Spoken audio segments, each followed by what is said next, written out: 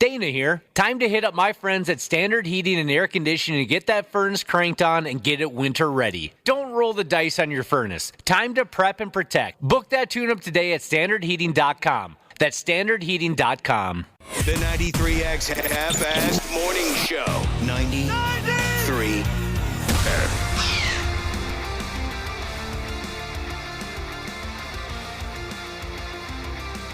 Unbelievable. It's a wonderful, unbelievable feeling to be broadcasting live this morning on the 93X Half-Assed Morning Show. Welcome, everyone. Welcome and thank you very much. By damn, she was a busy weekend. She was a busy, starting with last Friday morning at our annual Toys for Tatas Toy Drive at Rick's Cabaret Gentlemen's Club, where everything was going so well until the incident. Before we talk about the incident, words cannot express our gratitude to all of yous. You came out in the bitter cold to donate toys to the cause. We were lucky enough to have a huge crowd show up for the event. I don't even know how many van loads of toys you people piled up, but it was a hell of a take. It was before noon, 4 van loads that went back to the station, and I talked to the promotions department. They said that was the biggest haul they've had in years. So as a matter of fact, they added an extra charity. 5? Now it was 5 charities now. 5 now. Benefited from the good folks that showed up. We couldn't, in some of the toys, it was funny. There was a woman there, one of the swingers. Oh, no, I shouldn't call her a swinger. One of the women that were promoting the all nude camp, adults, of course. The nudist camp. Yeah. So she was there, and she was kind of pointing to some of these toys, talking about their significance. Like, have you heard of Miss Rachel? No. Yeah. Okay. You have, Ashley? Yeah, yep. Kids are obsessed with her. That's what she was telling me. And so some other women, like with kids, knew exactly who it was. And she's like, oh my gosh, there's some Miss Rachel toys in here. So if you brought a Miss Rachel toy, just know it was very popular. And they were talking about how she's a godsend to little kids. Whoever this Miss Rachel I'll is. have to look up Miss Rachel. I'd like to look up this nudist camp as well when I get a chance. Yeah, I remember meeting those people. They said they had come all the way from Wisconsin. They all live at a nudist camp. And they donated thousands of dollars, by the way. That's right. Thousands awesome. of dollars. Yeah, they brought one of those big checks. Yeah. Like a Publishers Clearinghouse check. All right, I thought I saw a big check. There was a big check. And there was a big amount on there. What was that? It was like around $3,000 they brought. Holy that cow. was the folks from the nudist camp. Anyway, they were very friendly. That's above and beyond anything we would ever expect. My damn, they brought thousands of dollars to donate to the cause. So, and now 5 charities are benefiting from this event. What did you just say, Josh? Our promotions department said this was the biggest take in years. And I could tell, I was loading a bunch of stuff up. Yeah, I know. With the promotions department. Well, one of the promotions people is like 70-some years old. I thought he was going to have a heart attack. Everybody knows why you went to the front. You went to the front after the incident. I did go after the incident. You're right. I needed a break. I don't want to hear this. The promotions department guy was going to have a heart attack. Everybody knows why you went to the front of the club. Well, that's a different. I went to the front of the club, but then I stayed for that reason. It has to do with the incident. There was an incident. At any rate, you've made it possible, you folks, whether you came from a nudist camp in Wisconsin or not, you made it possible for a lot of people in need, young people in need, to get something nice for Christmas. So, thank you from the bottom of our hearts. If you weren't able to donate, but you'd like to, and I know we've been getting texts saying, hey, how can I help out if I'm not able to go? They're working on making a way to do that this week. So we'll find out after the show today if that's for sure going to happen. But hopefully, if you're interested and have the time, you could maybe drop off some toys here at the station, and then we can get those to those charities. Very cool, Cubby. So the giving can continue. But as we've been discussing, there was an incident, and one member of our program has come away from last Friday's toy drive. How do you say it? Toy drive? One member of our show has come away from the event with a mild case of post-traumatic stress disorder, and that's my guy, Cubby. Do you have any memory of the attack? Is this something that you're able to talk about? Yeah, I can talk about it. I had some time to process the assault, which took place on Friday. I feel horrible because I was on the front lines of this and I did nothing. Well, what are you going to do? Oh, I could have tried to put a stop to it. Well, there was no stopping what happened. I tried to put a stop to it.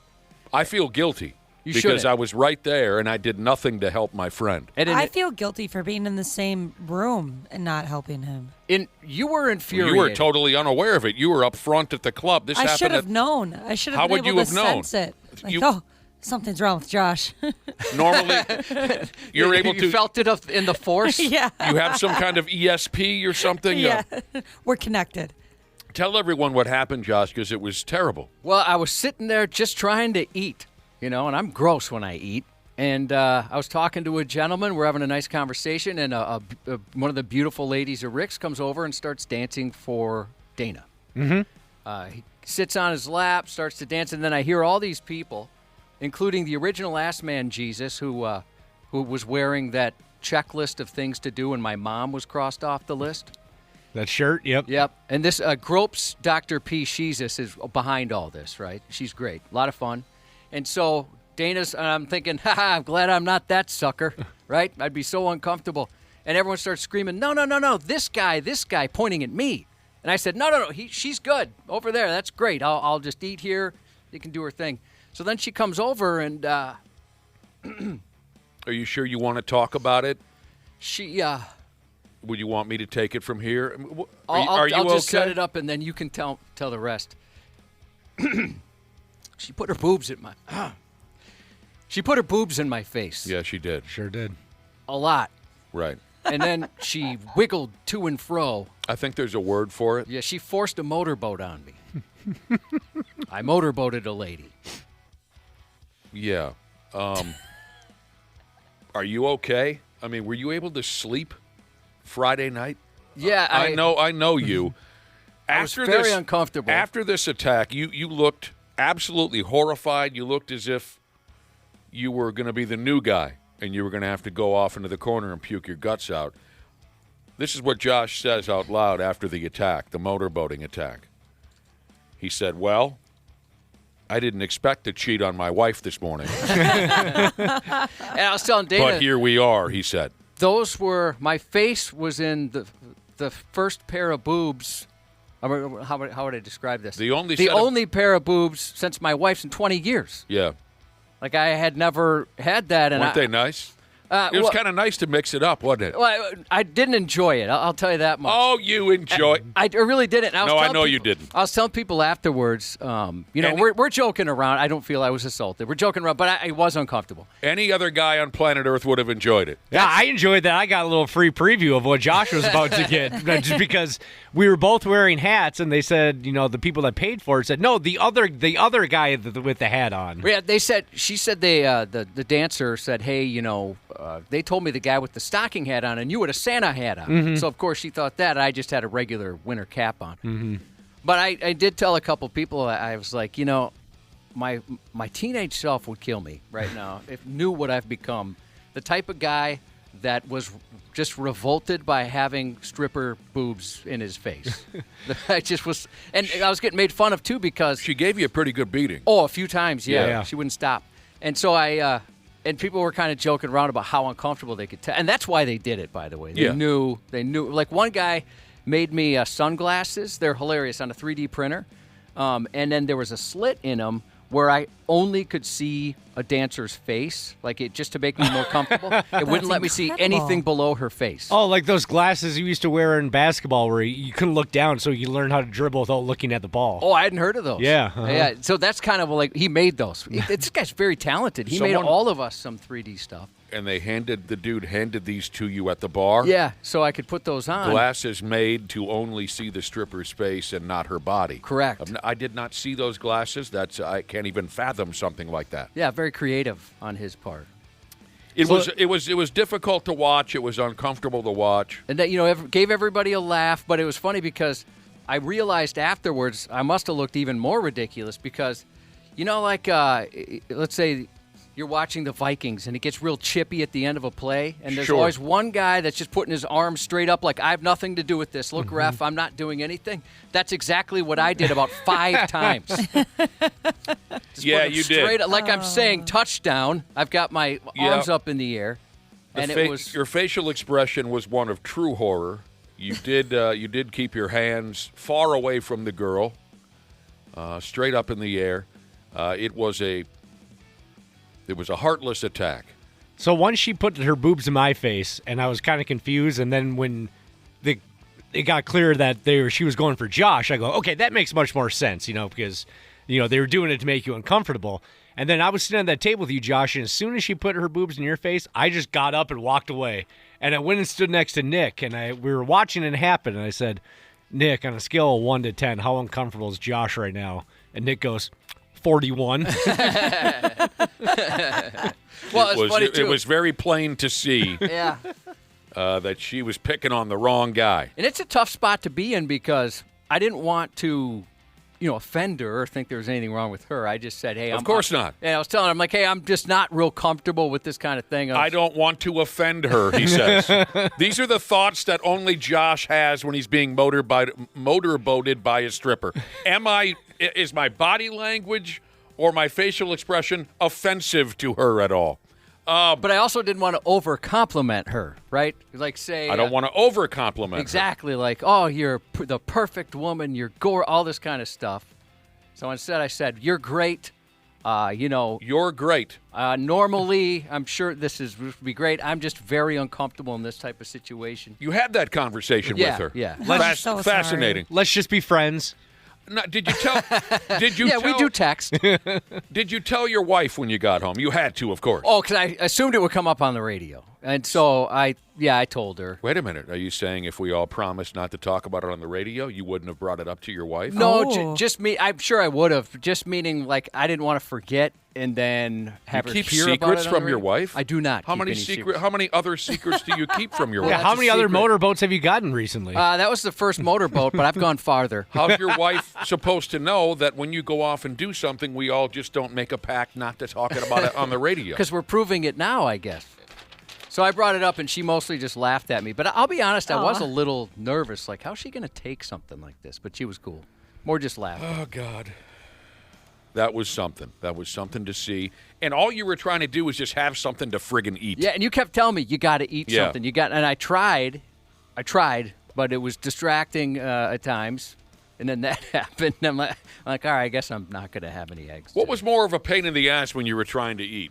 The motorboating or that dude who wouldn't leave you guys alone as you were trying to eat? Oh, I love that guy. Yeah, he was great. Of course. I'm not trying to blow up, but that's one of my biggest pet peeves is when you sit down to eat, I don't care where you are, and someone stands next to you and tries to have a conversation with you while you're eating. Yep. One of my biggest pet peeves. So Josh and I were sitting at that high top table eating our breakfast, and Nick, you came up and you joked like, don't you love it when somebody comes up and tries to talk to you while you're eating? And you made that joke, and then you And I walked away, walked yeah. away.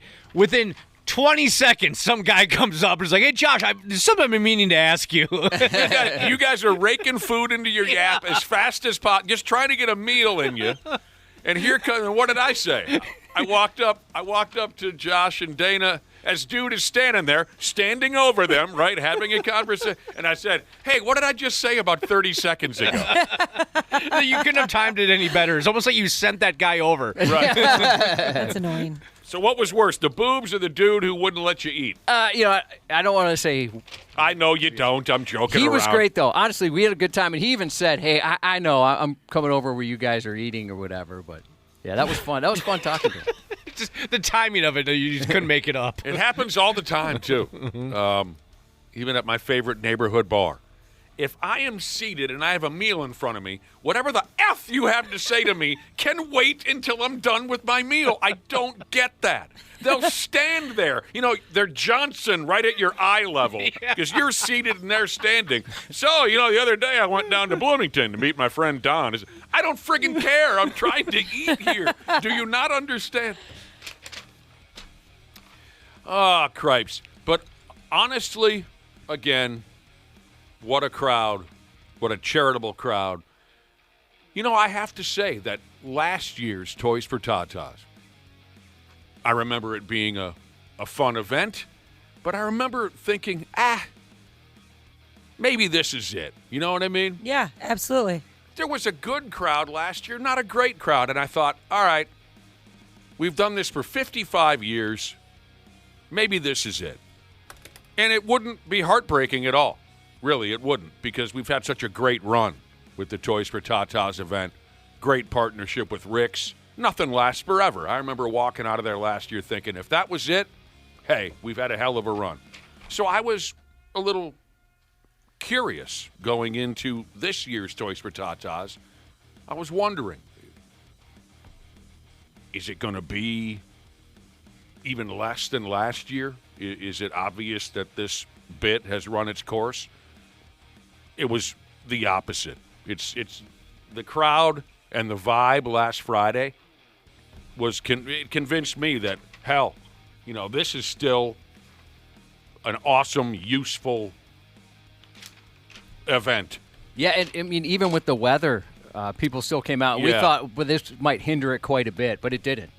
So No, it was great. And it's all thanks to our listening audience. Definitely, and Rick's being great host, yeah. and all the girls are in great moods. You know, sometimes, like, you worry maybe some just don't want to be there, right? But that wasn't the case at all. Everyone was in a great mood. Everyone had a good time. I was telling Nick off air today, I said, you know, one of my favorite parts is they turned the music down in the back so you could have a conversation. Because there's been times where you couldn't have a conversation, it was just so loud. But it was nice being that. That's another reason you know you're old. One of my favorite moments, though, took place up front, and it might have been right when we got there. We were, at some point, we were talking about books. I can't remember how the topic came up. Somebody mentioned books.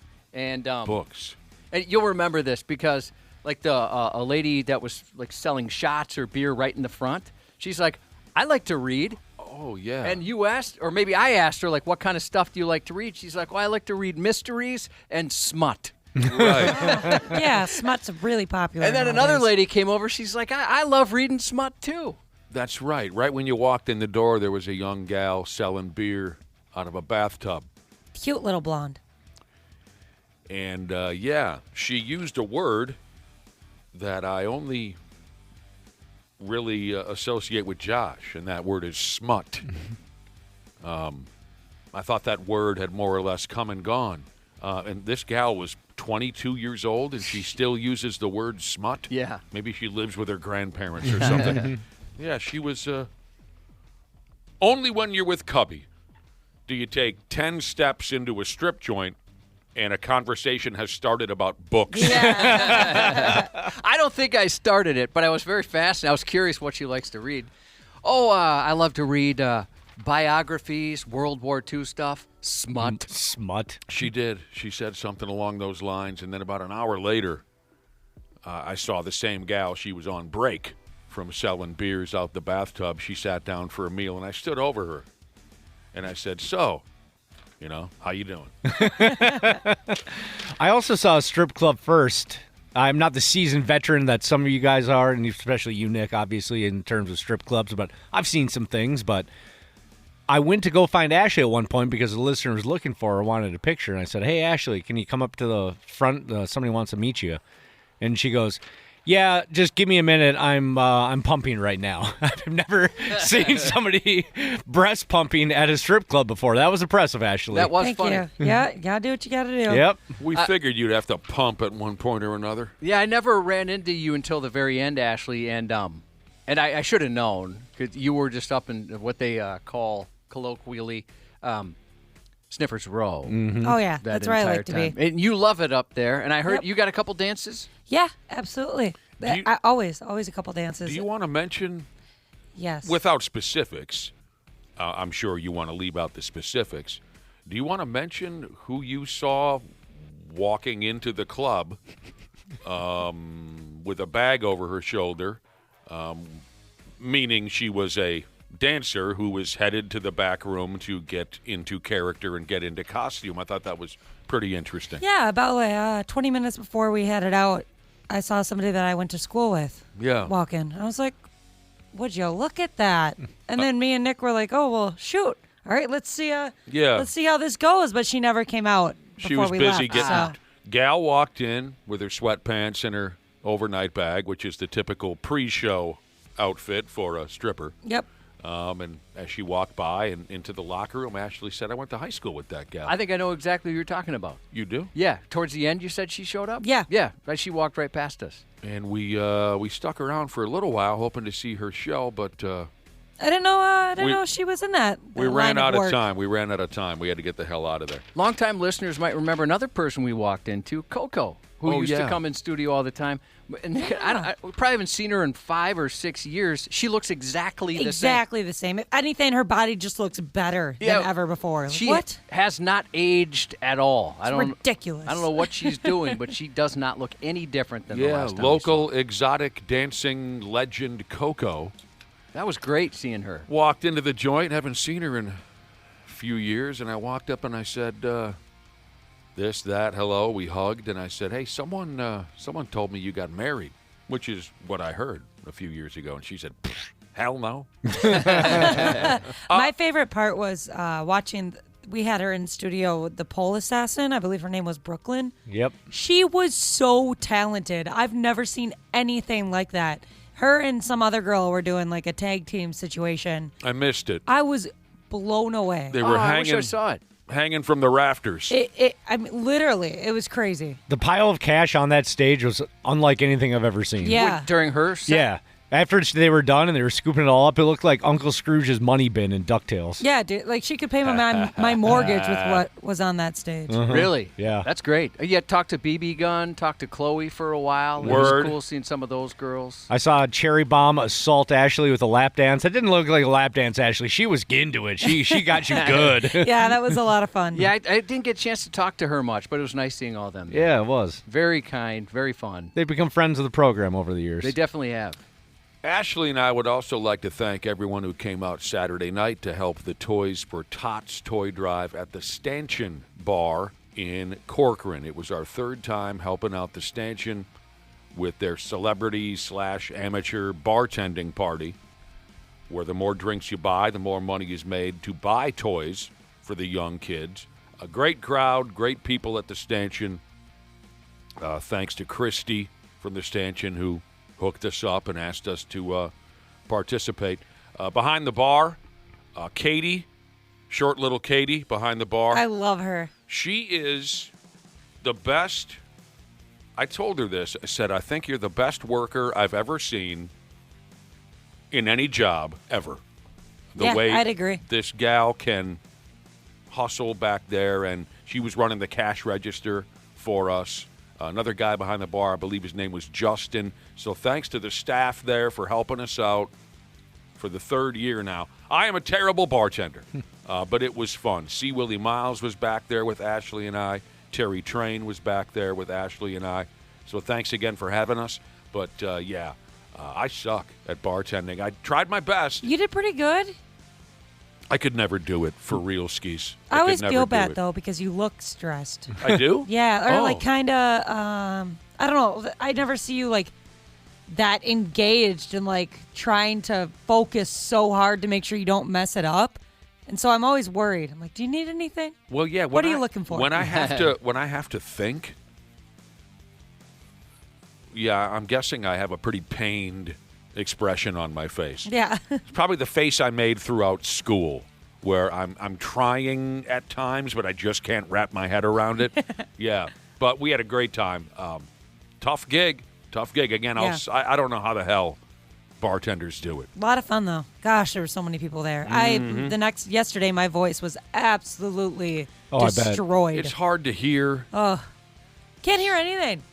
Which is yeah. good because that means it's busy. And it becomes like a dance club? When Oh, you guys yeah. were there, was it? Oh, yeah, they cranked Yeah. up the dance music. C. Willie Miles was dancing for the crowd. Oh, I bet. How's he do? Terrible. Oh, really? No, it's beautiful. He's an old man now. He's old, Yeah, but he's so suave. I'm kidding. He's a terrific dancer. We had a great time. Thanks to the Stanchion again. I apologize to anyone who had to wait too long for me to mix up their drinks, but I'm terrible at it. But that's okay. That's the whole bit right there. Did anybody mess with you and try to order like a martini or something like complicated? No, but there were there were folks who came up and ordered 6, 7 drinks at a time, Yeah, that makes it hard. and I had to say, this is going to be a while. I mean, you understand that, right? do you have you're- 20 minutes? You're going. I mean, I'm not. It was about 15 minutes it took me to fill out one order because I had to keep asking them, okay, what was the second one you wanted? What was the next one? It's just, I'm not built for that. Not built at all. Well, I'm glad that went well. We had a great time. Figured it would. I mean, it always has in the past. yeah. So here we go. Oh, we haven't even mentioned yet that this is our, how do I say this? This is the Christmas edition of our Ultimate F-Off Week. It's here. Yeah. Are you guys ready? Oh, I'm so ready. I mean, for the holiday, I should say. Are you ready for? Did you get all your Christmas shopping done? All the plans? I've done Yeah. zero Christmas shopping. I have a couple more things to grab, but We're not buying pretty good. anything. No one is exchanging gifts at all, so I'm out. Well, that makes it easy. Yeah. So yeah, I'm as ready as a guy could be to hit that holiday season. are you and your wife exchanging Christmas gifts? No. Is it? Do you think well, she's wouldn't- going to get you one? No. Nothing? No. She won't get you like No. some beef jerky. No. No. We never have. We Butt never, plug? Butt. Will she buy you a butt plug for Plug. your posture? Guy gets a rack in his face. Guy gets in a rack in his face, and suddenly he's this filth-mongering, sleazy character. Yeah, I picked up a weekend shift at Sex World now. I'm an expert. No, we don't exchange gifts at all. We never have. So, you haven't? No, not a once. We're good to go. We got our final week here, so this is a great feeling. You guys get Gertie something, right? Your puppy? We'll see, I guess. We neither one of us have had a conversation about shopping for the dog. Something from Santa Paws? Oh, you son of a! Was that why you asked? Yeah. That was awesome. Suddenly, Ashley has become Josh with corny puns, and Josh has become Ashley with filthy language. We're becoming very close. What a terrific crowd we got out there. Thanks for listening this morning. Day one of our Ultimate F-Off Week. A little bit later, we'll talk with Randy Shaver. This is going to happen, that. But one more time, just in case we forget later on. Thank you, everyone who came to Toys for Tatas. Thank you, everyone who stopped by the stanchion. We'll take a break. We'll come back with the Stupid News Report in a few minutes on the Half-Ass Morning Show. The 93X Half-Ass Morning Show. Dana here. Time to hit up my friends at Standard Heating and Air Conditioning to get that furnace cranked on and get it winter ready. Don't roll the dice on your furnace. Time to prep and protect. Book that tune-up today at standardheating.com. That's standardheating.com. Looking for the perfect gift for the soccer fan in your life? Visit store.ussoccer.com and shop official U.S. Soccer merch. Celebrate the season and show your U.S. Soccer fandom with a gift from store.ussoccer.com. Hi, I'm Drew Barrymore, and I want to tell you how you can help to support the life-saving work of St. Jude Children's Research Hospital. When you give, you're helping ensure families never receive a bill from St. Jude for treatment, travel, housing, or food, so they can focus on helping their child live. This holiday, help St. Jude give children the greatest gift, a chance at a lifetime. This holiday, help St. Jude find more cures for more children. Donate now at musicgives.org. Stupid news on the Half-Assed Morning Show.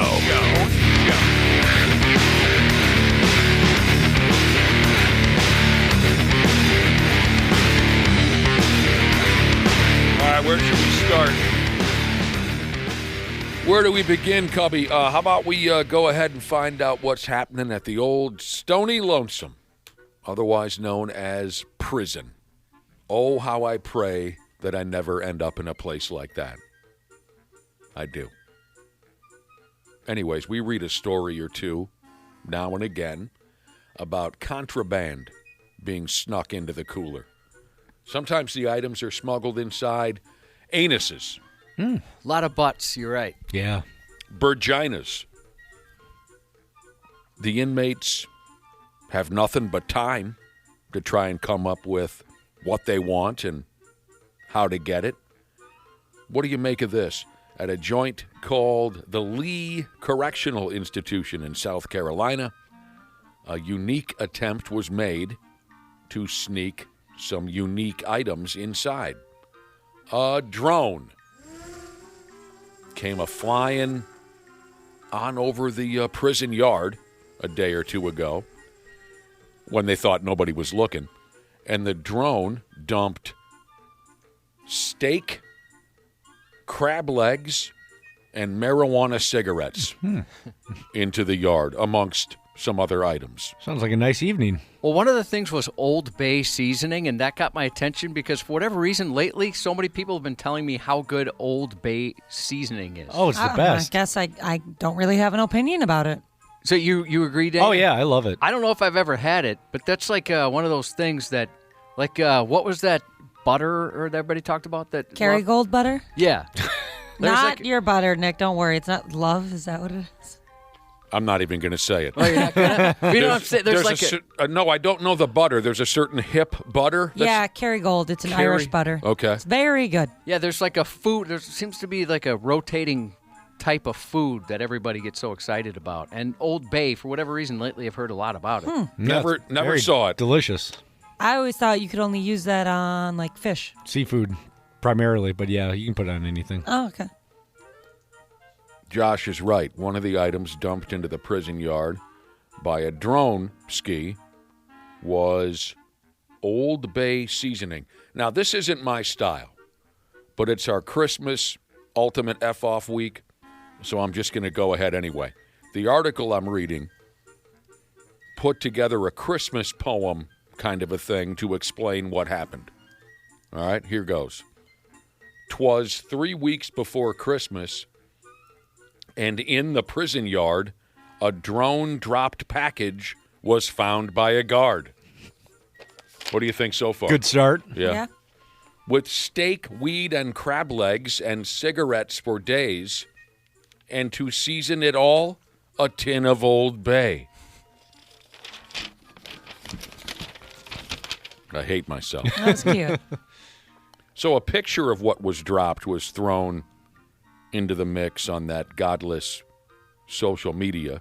It showed a raw steak still in the grocery store package, crab legs, a package of that Old Bay seasoning, that grass I was telling you about, and a couple cartons of smokes. The drone was seized somehow by the local cops. Prison officials said they're investigating. No arrests have been made just yet. No inmates have been punished. And some friggin' spokeswoman couldn't leave it alone. She had to make a statement on social media where she said, "I'm guessing the inmates who were expecting the package are crabby." Shut it. That's one of those where she's looking around like, did nobody hear me, or did that joke just fall flat? Yeah, it went nowhere. It says here, keeping contraband out of prisons is a constant battle. There are people out there who will toss or even catapult.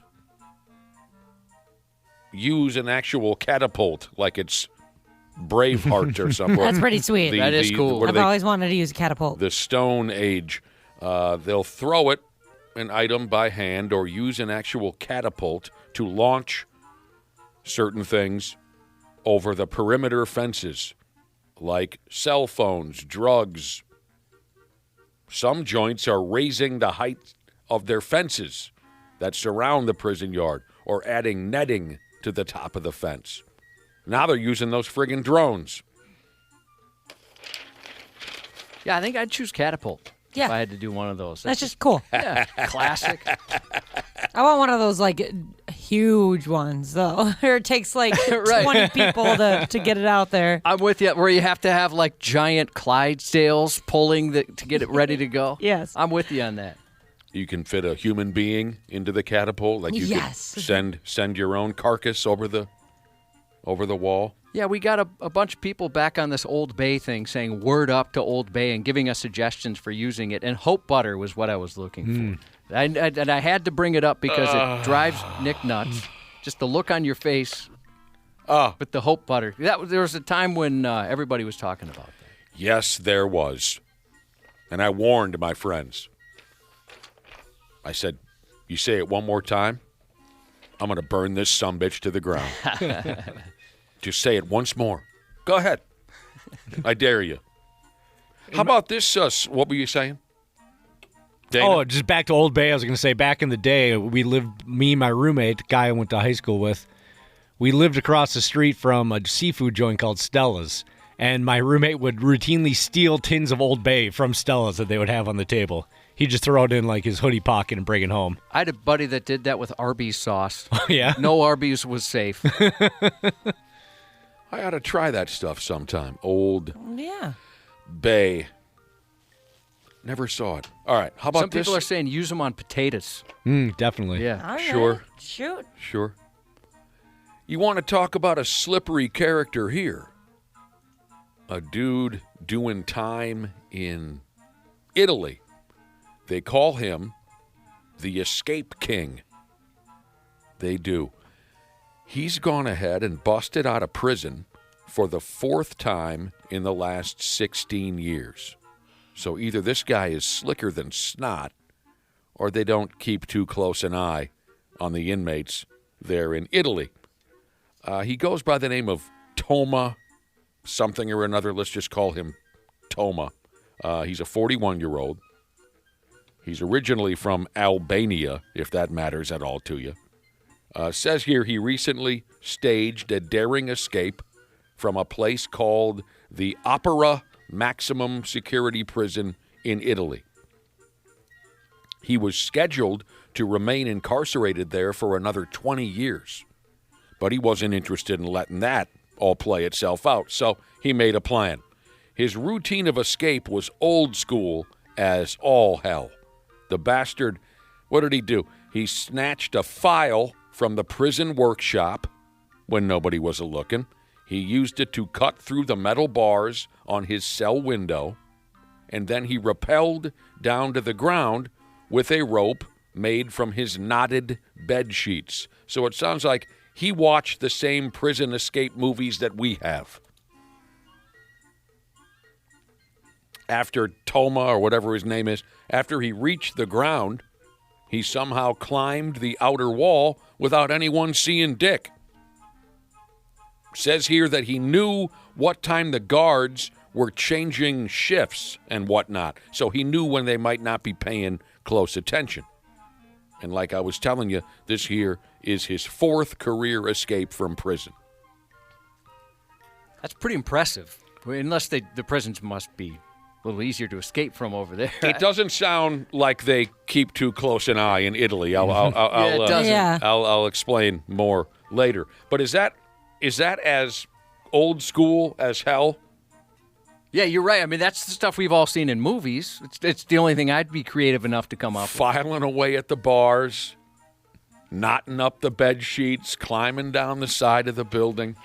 Like if he gets the file baked in a birthday cake. Right. It's every movie trope. Word is 2 years ago, when he was locked up in godforsaken Belgium, this is my favorite part of the story. He used what they call here a human pyramid to hop over the prison wall. He convinced some other prisoners to pile up on top of each other like high school cheerleaders so he could climb up to the tippy top and then belly flop over the wall. That's ridiculous. Yeah, what was in it for them?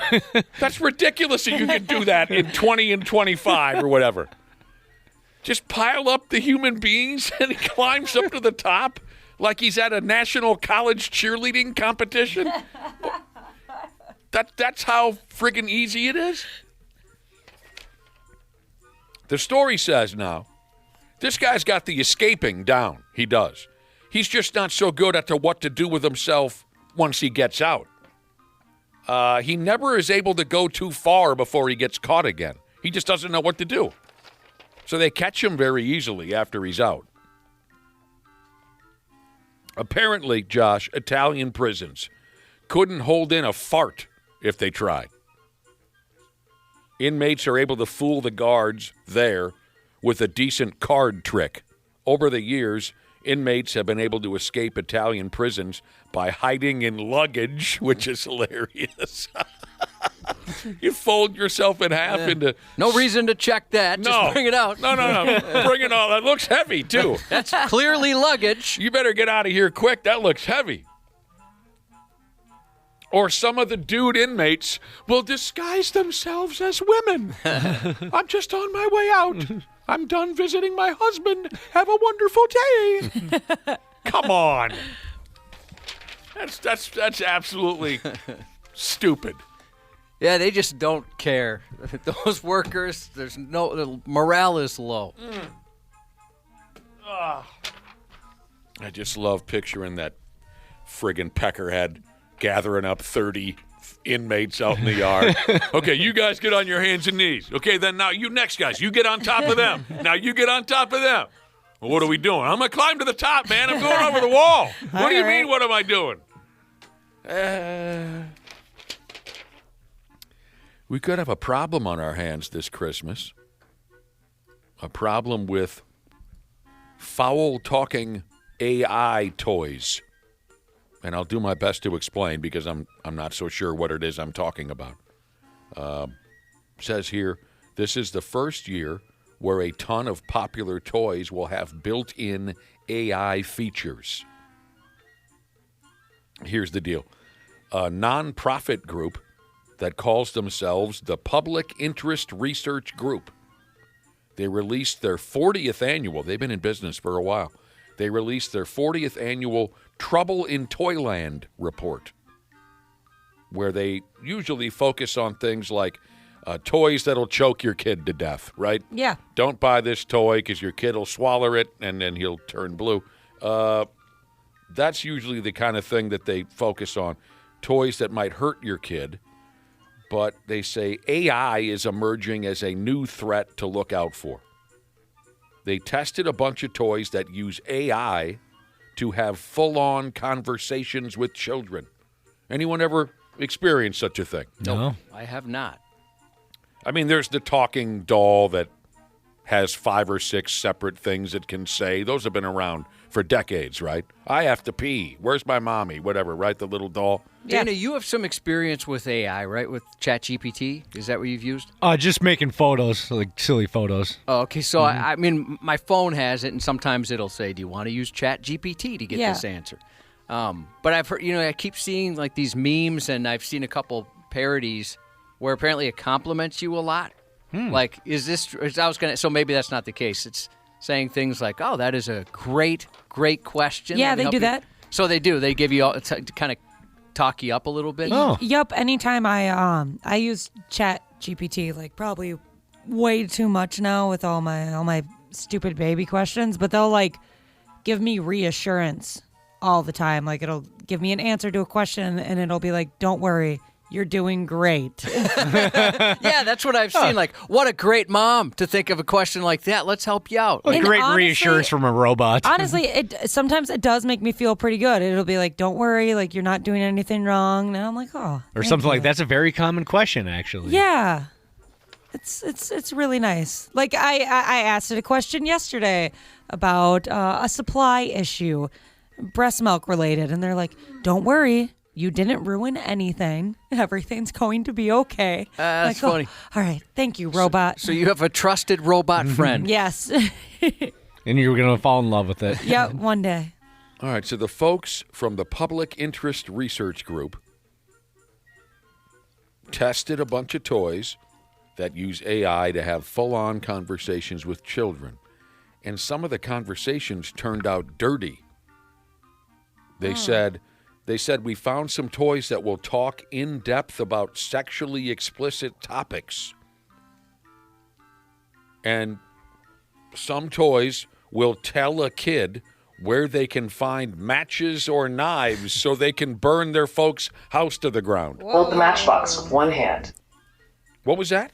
Hold the matchbox with one hand. Matchbox. Hold one the hand. matchbox with one hand. That's Hold one of the the toys. matchbox with one hand. What in the world? Evil. Talking sex stuff with a kid? The toy will do that? So what this group is saying, they're saying there's no way to tell what an AI toy might talk about to your kid. This is odd, but they also include this. The toy might even pressure your kid to keep playing with it, even when the kid says they're done playing. It's just so psychotic. Where do you think you're going, Chubby? Hey! Stop it. Play with me, you little bastard. Have you ever thought about drowning your baby sister? Oh, well, how does this work? You'd be a great I don't drowner. understand this. I don't understand this. How does this work? Who's on the other end of that AI? When a kid says, while he's playing with his toy, when a kid says, I want a one-day ride on a fire truck, right? Yeah. How does the response turn dirty? Who is that on the other end? I don't know. That's what's so weird is that they would have had to program it to answer in that way. Do other people's searches affect yours or questions? Because it's all machine learning, right? Yeah. So it's learning from people's conversations, so it must. Oh, okay. Now that helps me. So maybe when the boys in the warehouse are putting this toy together and they're talking about getting laid, the toy learns to talk about beaver. Yeah, I guess that could make sense. But you think that they would put safeguards on it? Would that make sense to you, Josh? Yeah, I mean, or just people who use it. So when the kid says, one day I want to ride on a fire truck, then the toy, learning what it learned from the boys in the warehouse, the toy says, speaking of riding, I rode some gal into the ground in Duluth last weekend. But once again, I don't understand why they don't have safeguards. I mean, I have no idea. There's safeguards on like regular, like what I use to ask questions that they won't give me like direct medical advice. It'll be like, I can't do this. Very difficult for me to understand. So these toy research folks, they haven't called out any specific products to avoid. They're just saying be careful with AI toys in general because it'll come off like Andrew Dice Clay in front of your 3-year-old. and they record the conversations, too. That's another thing they're saying be careful of. The toy will record your conversations or your child's conversation with the toy. I mean, just get your kid a friggin' baseball, you know. Well, even smart speakers have been involved in investigations, right? Because they're always recording. Yep.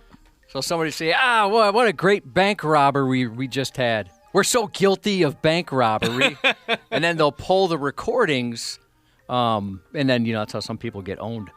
Oh, I don't think I have one of those in my home, so they don't get to hear about my bank robbery. What's the product again? You have one in your pocket, though.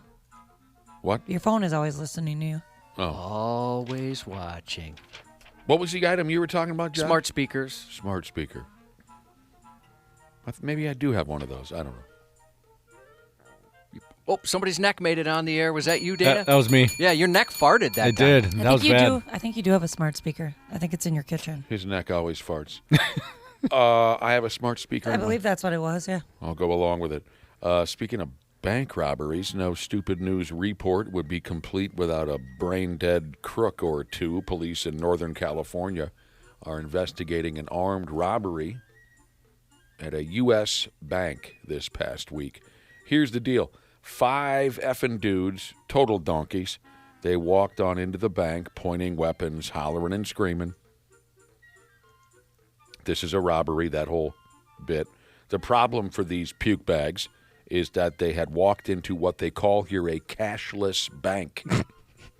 If you're unfamiliar, like I was until reading this, cashless banks have bankers and tellers to handle accounts, transfers, and this and that, but they do not carry cash or do deposits or withdrawals. Now, these guys look like fools, but I'd fall for that. Yeah, until this, I'd never heard of a cashless bank either. No. Yeah. You and I, if we were bank robbers, we probably would have made this mistake. My wife's bank, they don't even have tellers there. It's computers. What? You just walk up to a computer, and then they're like, hey, how's it going? Oh, weird. Yeah, you just pick up a phone and talk to them. Well, can you still get a sucker when you're done? I don't know. I mean, there is a couple people that work there, but all the tellers are right there on the screen. Weird. So these guys went charging into a cashless bank. Nobody's sure if these numbskulls managed to actually steal anything or what there was to steal in the first place. No one was hurt. The robbers drove on out of there, and they're still on the, how should I call it? They're still on the loose. That sounds like a friggin' clown show to me. Yeah. Can you imagine how pissed you'd be at the person that planned the caper? You couldn't look into this at all? Yeah. Did you not Google it whatsoever? There's never been a Brinks truck here, bro. Ever. Yeah, I could see us making that mistake.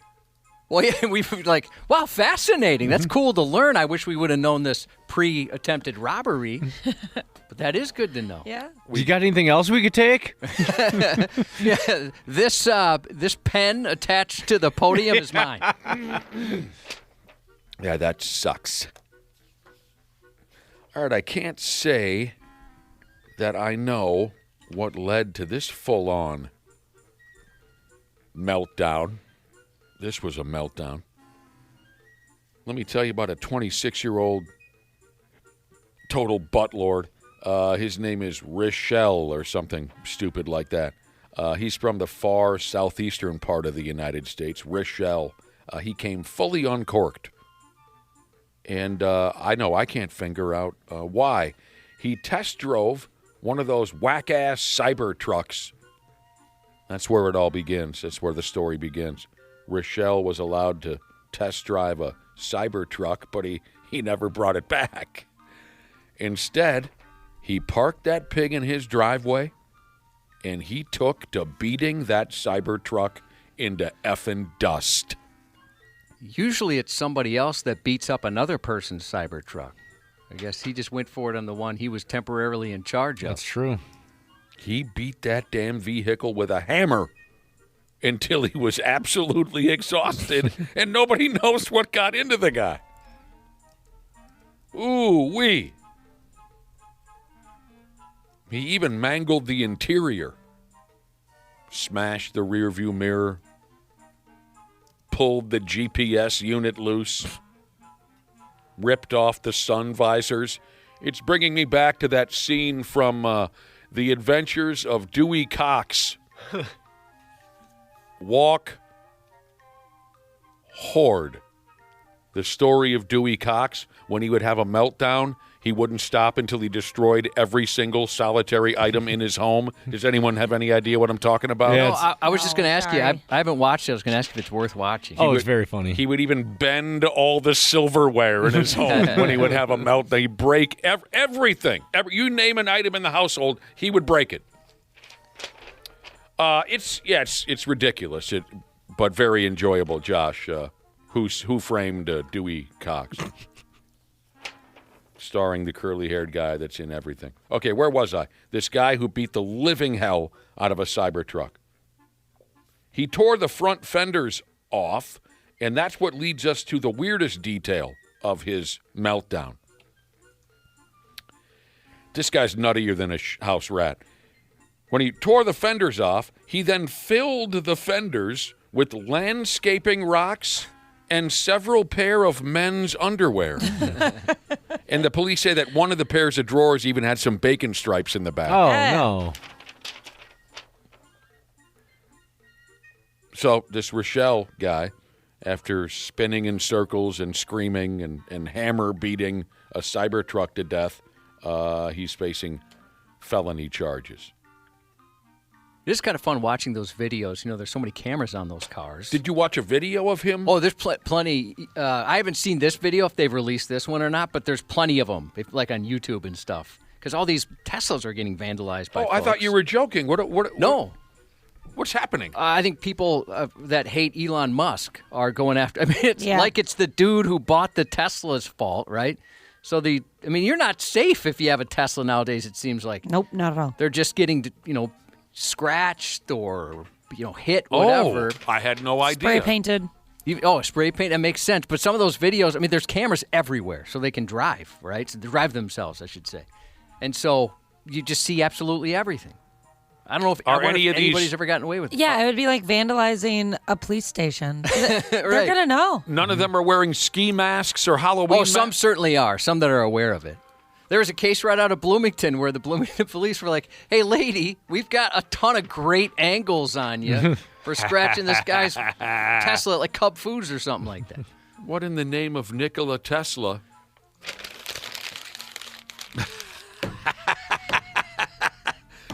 People are texting in their favorite Dewey Cox moments.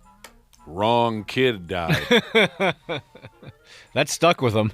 Josh, how do you feel about, a movie scene where it's about 1 full minute of a close-up, high-definition shot of a really tiny penis? Oh, jeez. Maybe I'll fast forward through that part. That's I part can of. see a tiny penis anytime I want. Oh, that's part of the Dewey Cox motion picture. Is it of Mr. Well, maybe I shouldn't use that last. Dewey? No, Is it- he's on the telephone, and just a naked man stands next to him. Do they reference it at all, or is it I don't. What do you mean? like is it just there? And it's comedic in the fact that nobody calls attention. You'll have to see it? the movie. You Okay. got to see it. It's actually quite a bit of fun. My favorite line from The Adventures of Dewey Cox is when he says to his ex-wife, "How's Glenn Campbell?" But you had to be there. Sports on the 93X Half-Assed Morning Show. Hughes in. He scores! Welcome to Minnesota. Welcome to Minnesota, says Andrew LaPanta. DePaula? LaPanta? What the hell's that guy's name? Anthony. Anthony LaPanta. Yesterday's Pigs game, they completely curb stomped the Boston Bruins at the home rink, and the new guy got on the board. The new guy. Everyone's talking about the new guy, Cubby. Oh, that was the talk of the town over the weekend. Oh, they're touching for sure. themselves up and down in the state of hockey. They made a trade for the new guy. And I had absolutely heard of that man before we traded for him. Everybody was talking about it. Oh, you have? Well, I checked because I've got big hockey fans in the family. Okay. And we were at dinner Friday night, and they're getting ESPN alerts, and people are like, "Oh my God, this is incredible! He's the second best defenseman in the league." Everybody's so excited about it. Who's the first best defenseman in the league? I'll be honest, I tuned out. Oh! I was in the middle of pot roast, so I just was like, "I'm going to pay attention to this." Everyone, should. They're all talking about the new guy. And then Saturday, I was at a basketball tournament all day, and we were talking. A few of us were talking about it, and most people were excited. But then there were a few like, we gave up too much, especially if he doesn't. If they don't win it this year, and he doesn't sign an extended contract after this, we gave up way too much. So they're a little more skeptical. You can't please everybody. Yeah, I didn't know folks were skeptical until we met a couple of them. The Pigs traded for the new guy. And, of course, you got to give something up to get something, especially if that guy is new. Yeah, and he's new. And now he's on the Pigs Hockey Club. Can anyone else tell that I'm stalling because I can't think of his name? Quinn Hughes. Quinn Hughes. No, I didn't notice that at all. I was Hughes. waiting, yeah. I was mostly unfamiliar. I know he's got a couple of brothers. Everyone was asking me about it Saturday night. I said, I know I've heard of him. Of course, he directed a ton of like popular movies in the 80s. Breakfast Club was one of them. That was one of his bigger ones. It's kind of like he pretty much got Molly Ringwald her start back in the day. Who are we talking about Quinn here? Hughes. Quinn Hughes. Yeah, famous director. You know what? I'm thinking of John. John. Hughes. Yeah. Of course, I'm sure I've said the kid's name out loud a few times. He won the Norris Trophy a couple years ago. I have a hard enough time keeping up with the Pigs roster, let alone the Vancouver Canucks roster. You don't stay up late for their games on weeknights? No. I mean, I knew there were a couple, 3, 4, 5 Hughes brothers in the NHL. But, yeah, when I originally heard the name, it wasn't like I fell off my bar stool, you know. Mm-hmm. But he's a very highly regarded player, the new guy, and he got on the board yesterday. What the hell happened? The Wolves won last night. The Vikings, they won last night. Easily the biggest story of the weekend, though, was we can finally breathe. We can breathe. It's over, okay? Yep. It's friggin' over. Tell them, Smashley, what happened. Patrick Mahomes tore his ACL. Well, the bigger picture. That's what I... They're out of the they're playoffs. done. They're done. They're Oh, cooked. yeah. Friggin' done. It took a little over a decade, but it happened. The misery is temporarily over. God, you are a good God. And you do things. You show us that you care. You show us that you listen.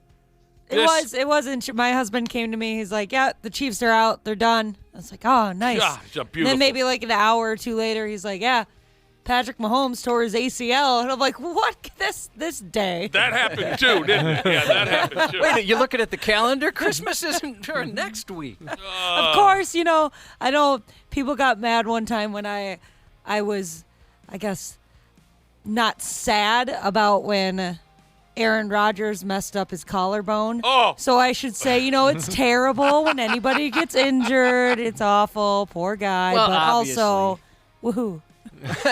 Obviously it is. Enjoy rehab, you bitch. When nobody's looking, is nobody looking? Let me just say, woohoo. Oh, my. We got to do Josh's news report next. The 93X Half-Ass Morning Show. Dana here. Time to hit up my friends at Standard Heating and Air Conditioning and get that furnace cranked on and get it winter ready. Don't roll the dice on your furnace. Time to prep and protect. Book that tune-up today at standardheating.com. That's standardheating.com. Looking for the perfect gift for the soccer fan in your life? Visit store.ussoccer.com and shop official U.S. Soccer merch. Celebrate the season and show your U.S. Soccer fandom with a gift from store.ussoccer.com. Get ready for The Rush with Max Crosby. You already know what time it is. All-pro defensive end Max Crosby takes you beyond the field with exclusive insights, real stories from inside the locker room. You could literally see us laughing, kind of chirping back and forth. This is The Rush. Buckle up. We talk about The Rush on The Rush all the time. Don't miss the behind-the-scenes moments and interviews everyone's talking about. We appreciate you guys. We're going to keep feeding you all the content. Follow and listen on your favorite platform. Here we go. Half-Assed Morning Show. 93X. In terms of someone that may have information regarding what happened inside the residence, we're not going to release that information. That'll be part of the investigation. We've confirmed. Were there other family members living? There's been no reports from the neighbors regarding hearing anything or seeing anything that we can release to the public. Well, some terribly sad news this morning as the slain bodies of Hollywood legend Rob Reiner and his wife Michelle were found in their Los Angeles home by their daughter in an apparent homicide. Huh? And reports say it was a troubled son, their troubled son, who killed them. Rob Reiner is dead and they believe his son killed him? Yeah, one of his sons. What? Yesterday, about 3:30 p.m., the Los Angeles Fire Department were called to a home to provide medical aid. Upon arrival, they found Rob and his wife reportedly suffering what they described as lacerations consistent with a knife. Oh, my God. And a police source said they were murdered by their 32-year-old son. Were there other family members residing inside the house besides Carl and his wife? I don't have that information. Timeline of this murder? We haven't established that yet. We will establish that soon, and then that'll be part of the investigation. Cause of death? The part that is publicly releasable, we will release. The cause of death will be released by the LA County coroner. Are you looking into them being stabbed? We're looking into getting the information from the LA County coroner when it's available. Rob Reiner, the son of a comedy giant who went on to become one himself, was born in 1947 to Estelle and Carl Reiner. He began his career as Steve Martin's writing partner on the Smothers Brothers Comedy Hour in 1968, and they were the youngest on the staff. 2 years later, he joined All in the Family as Archie Bunker's son-in-law, Michael, nicknamed Meathead, for which he won 2 Primetime Emmy Awards for Outstanding Supporting Actor in a Comedy Series. What about the other foot? There ain't no sock on it. I'll get to it. Don't you know that the whole world puts on a sock and a sock and a shoe and a shoe? I like to take care of one foot at a time. It's just as quick my way. Wait a minute, that ain't the point. Suppose there's a fire in the house and you got to run for your life. Your way, all you got on is one shoe and a sock. My way, you got on a sock and a sock. You see, you're even. Suppose it's raining or snowing outside. Your way, with a sock on each foot, my feet would get wet. My way, with a sock and a shoe on one foot, I could hop around and stay dry. That show was so friggin' brilliant. Oh, I know. That is absolutely horrible. Pretty shocking, to say the least. Yeah. That's just leaves me speechless, man. Rob Reiner was just very, very talented guy. I'm sad to hear all this. All in the Family ran for 205 episodes, coming to a close in 1979, at which point his focus shifted toward directing. His directorial debut was This Is Spinal Tap in 1984, which kicked off his impressive career, which includes movies like Stand By Me, The Princess Bride, When Harry Met Sally, Misery, A Few Good Men, and most recently, Spinal Tap 2, The End Continues. Oh, I forgot about that one. Yeah, I haven't watched it. It just came to streaming. Oh. But younger fans may recognize Rob from his acting role in Season 4 of The Bear. He's 78 years old, and it sounds like... Murdered by their own child. Yeah, That's so awful. effing horrible. I'm so tired of this crap. How old is the kid? 32. I'm sure he's not a kid. Yeah, 32. So supposedly... And he's on the run now? Well, they're talking to him. So there's not a lot of... Like, officially, they haven't said the son, but it's all pretty much official. Okay. Right? Some people in the police department have said that's who it is. They just didn't go on record. And he's in custody, or? Well, that's another thing they said. Oh. That he may or may not be in custody, but they're talking to him. So I'm not 100% sure. I haven't checked since a little before. Well, I take that back. I checked right after our first break. So I haven't seen anything new. Maybe somebody can clear that up. Wow. Some other sad news out of Hollywood over the weekend. Peter Green, best known for his work in films such as Training Day, the sadistic security guard Zed in Quentin Tarantino's Pulp Fiction, and villain Dorian Tyrell in Jim Carrey's The Mask. He died at the age of 60. He was discovered at his residence in Manhattan Friday after authorities conducted a wellness check. Green's cause of death has not been disclosed. Sure, I know who you're talking about. He was a great villain. He played a good bad guy. He was in, what's the Martin Lawrence movie we love so much? Blue Streak? Where was he in that one? Yeah, that's the one, right? Yeah, I don't remember him in that one, I guess. He's in the, and then the eyes fell out scene with Martin Lawrence and Dave Chappelle. Yeah, he's good. Yeah, Blue Streak.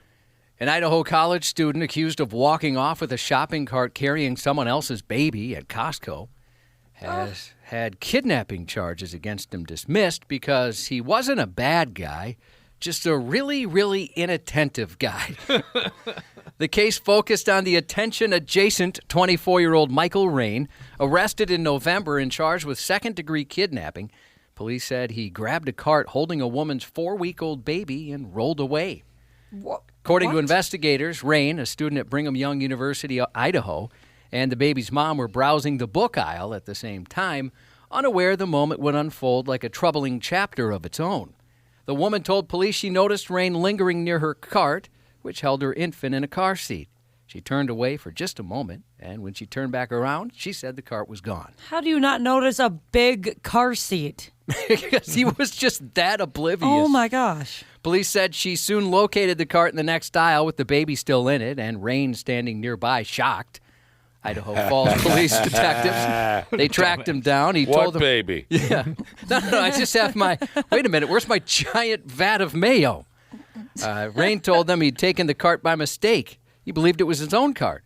He only realized the error after he was already moving down the aisle. He told detectives he walked back toward the woman to apologize, explaining, "I was just so oblivious, I really must have been completely out of it." He was stoned. It was only for a couple minutes. Yeah, not very long at all. I Probably could see, felt like a lifetime. I could see any of us making that mistake. It was he only just a kind couple of made it around the corner. Yeah, he never saw that. Yeah, especially sometimes when I stop at Target after the show and I'm just dead ass tired, you know, Oh, yeah. I'm just completely out of it. I'm going to be honest, guys. I don't think I could make that mistake. Yes, you could. I think I would notice a baby in a car seat. Oh, how often when you're pushing a cart and shopping, how often do you look into your cart? You're not looking Often, into I your... guess, but I always keep an eye out because of, my wallet, my phone. I usually put it in like the top of the cart. So It was only for a couple minutes. Could happen to anybody. Detectives recreated the scene at Costco with the baby's mother after watching surveillance video together. And as she walked through the events, as she remembered them, it became apparent some details didn't quite line up with what the footage showed. As police put it, some of her memories were inaccurate, so all charges were dropped. Jeez. Yeah, she had said originally he was stalking. I noticed him before, and he kind of seemed to be hanging out staring at me. And they watched the videos and said, well, that's not what happened. He's just a really inattentive guy. Was it an older guy? No, guy? 24. Oh! He's a college student. Well, F me running. And he did, like they posted a picture of what he looks like. He does kind of look perpetually stoned. Yeah. They didn't bring that up. Yeah. But he kind of has a look. It was a baby. There's new information this morning in the strange case of a DoorDash delivery driver in Indiana, which ended with pepper spray instead of dinner.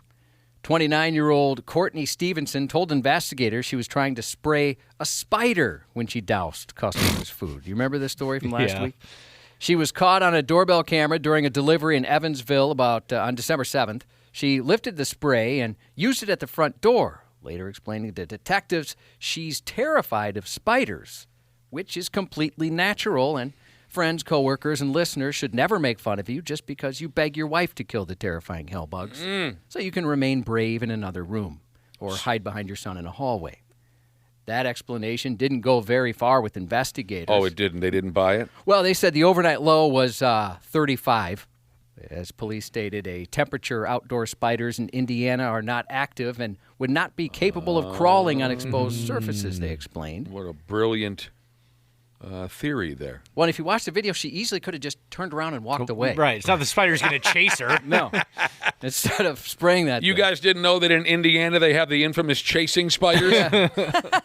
Ice spiders. The customer whose order appears to have been sprayed told police his wife took a bite out of the meal, then started choking and throwing up. Motion to dismiss the case. Oopsie, sorry, that's this one I meant to play. His wife This is started making me second guess ever ordering food from anywhere ever again. Stevenson, who was arrested after canceling an in-person interview with detectives, now faces 4 felony charges. In an earlier statement, DoorDash said it had revoked her license or access, that is, to the platform. That's probably a good call. Yeah, I think so. Probably shouldn't be delivering food anymore. Police in Massachusetts are asking for help identifying a driver who intentionally ran over and killed a flock of seagulls last week, and then they ran. They ran so far away. That's just cruel. I saw them and I said to myself, they are so pretty, just sitting there, minding their business. No, but this is what they do. This is what they do. So I don't think anybody should hurt an animal, ever. The incident happened about 12:06 p.m. Thursday in the parking lot of a strip mall with several stores and restaurants. Surveillance video shared by police shows a dark-colored SUV plowing through a flock of seagulls resting on the ground, causing most of the birds to scatter and take flight. Police responded to the parking lot, found 6 dead birds, and in a news release, the department said its initial investigation revealed the SUV accelerated before flattening the flock. What's wrong with this guy? This jerk. Police shared the surveillance video asking for eyewitnesses or any of those people who may have knowledge of the incident to come forward. A flock of seagulls, you say? Yeah. Everyone talks about I Ran So Far Away, but Space Age Love Song is where it's at. Yeah, I was trying to come up with a way to sneak that one in there, too, but it felt a little Did I get the right title? It's called Space Age Love Song. That's a great song. As crappy as that incident was, another crappy incident, this time in Minnesota, was more literal, as diapers clogged the interstate. Oh, no. A routine Friday morning drive along Interstate 90 took an unexpected turn in Winona County when a crash involving 2 semi-trucks scattered an avalanche of baby diapers across the roadway, bringing westbound traffic to a standstill and leaving crews with an unusual cleanup task. Authorities say the crash happened near mile marker 240, just west of the Lewiston exit, where one of the semis was hauling diapers, which spilled across the highway following the collision. It left more than a few drivers likely wishing they'd packed a diaper of their own. The crash resulted in minor injuries, and with both westbound lanes closed, traffic needed to change. So a detour was put in place while crews took care of business to clear the scene and reopen the road. You know how sometimes there'll be like an armored truck that gets in an accident and there's money flying everywhere and people are going crazy trying to pick it up? That would be me if I saw a diaper truck flip over. Yeah, they're so expensive. I could understand. Your husband going through a lot of diapers lately? Where's size 3? I need size 3. That's something that would benefit you greatly at this point in your life. Hauling diapers, huh? They ain't cheap. When my old man was still driving truck, whenever anyone would ask him what he hauls, he'd say everything from tinsel to tampons. A former Tennessee deputy watched his law enforcement career quietly unravel after trading his day job for a blowjob. An encounter that ended with him being fired for receiving oral sex in a courtroom while on duty. Really? Yes. Well, then, Josh, you could have got a couple people fired. Oh, no, wait. Oh, no. They're masturbating. Yeah, it was just them by themselves. Yeah, that's right. This sounds like pretty hot stuff. A judge sitting behind his... no, not a judge. He was a deputy. A deputy. Yeah, he was in a courtroom and got some oral. But it's not his fault, as you'll come to learn. Okay. No one else was in the room. He wasn't doing this during a hearing, was he? No. Okay. That'd be pretty awesome. That'd be That's a power move. incredible to get away with that. Okay. But it wasn't his fault. No, it's not his fault. You'll understand. Yeah. Last week, the Tennessee Peace Officers Standards and Training Commission discussed the conduct of Lewis Hamlet, debating whether Hamlet's future as a cop was to be or not to be. That was the question. You son of a bitch. According to a Shelby County Sheriff's detective, Hamlet admitted he took part in consensual sexual activity with a female court clerk inside a courtroom, and it happened several times for the lucky bastard. Is that right? At a hearing in Nashville, Hamlet told the panel he was still on the clock and wearing his uniform when he got the hot action, although he insisted he wasn't the one who initiated the act, so it's not his fault. I just got 2 questions. Did you engage in oral sex inside of a courtroom? I didn't engage in oral sex. She engaged in oral sex. I received, yes. It's a little tough to hear. Dude, it's the same thing. No, it's not. It's a little tough to hear. So the question is, I guess is where he's trying to go with this is, do you ever expect a man to walk away from a blowjob?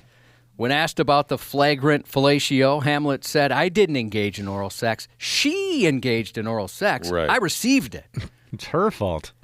Even so, investigators determined there was something rotten in the state of Tennessee, as the courtroom itself may have been empty during the encounters, but the courthouse remained open at the time, a detail that ultimately mattered and cost him his career, as the committee voted to strip Hamlet of his law enforcement license. Oh, that's too bad. A police spokesman... What's this gal doing now? Yeah, I don't know. They don't really talk about her too much.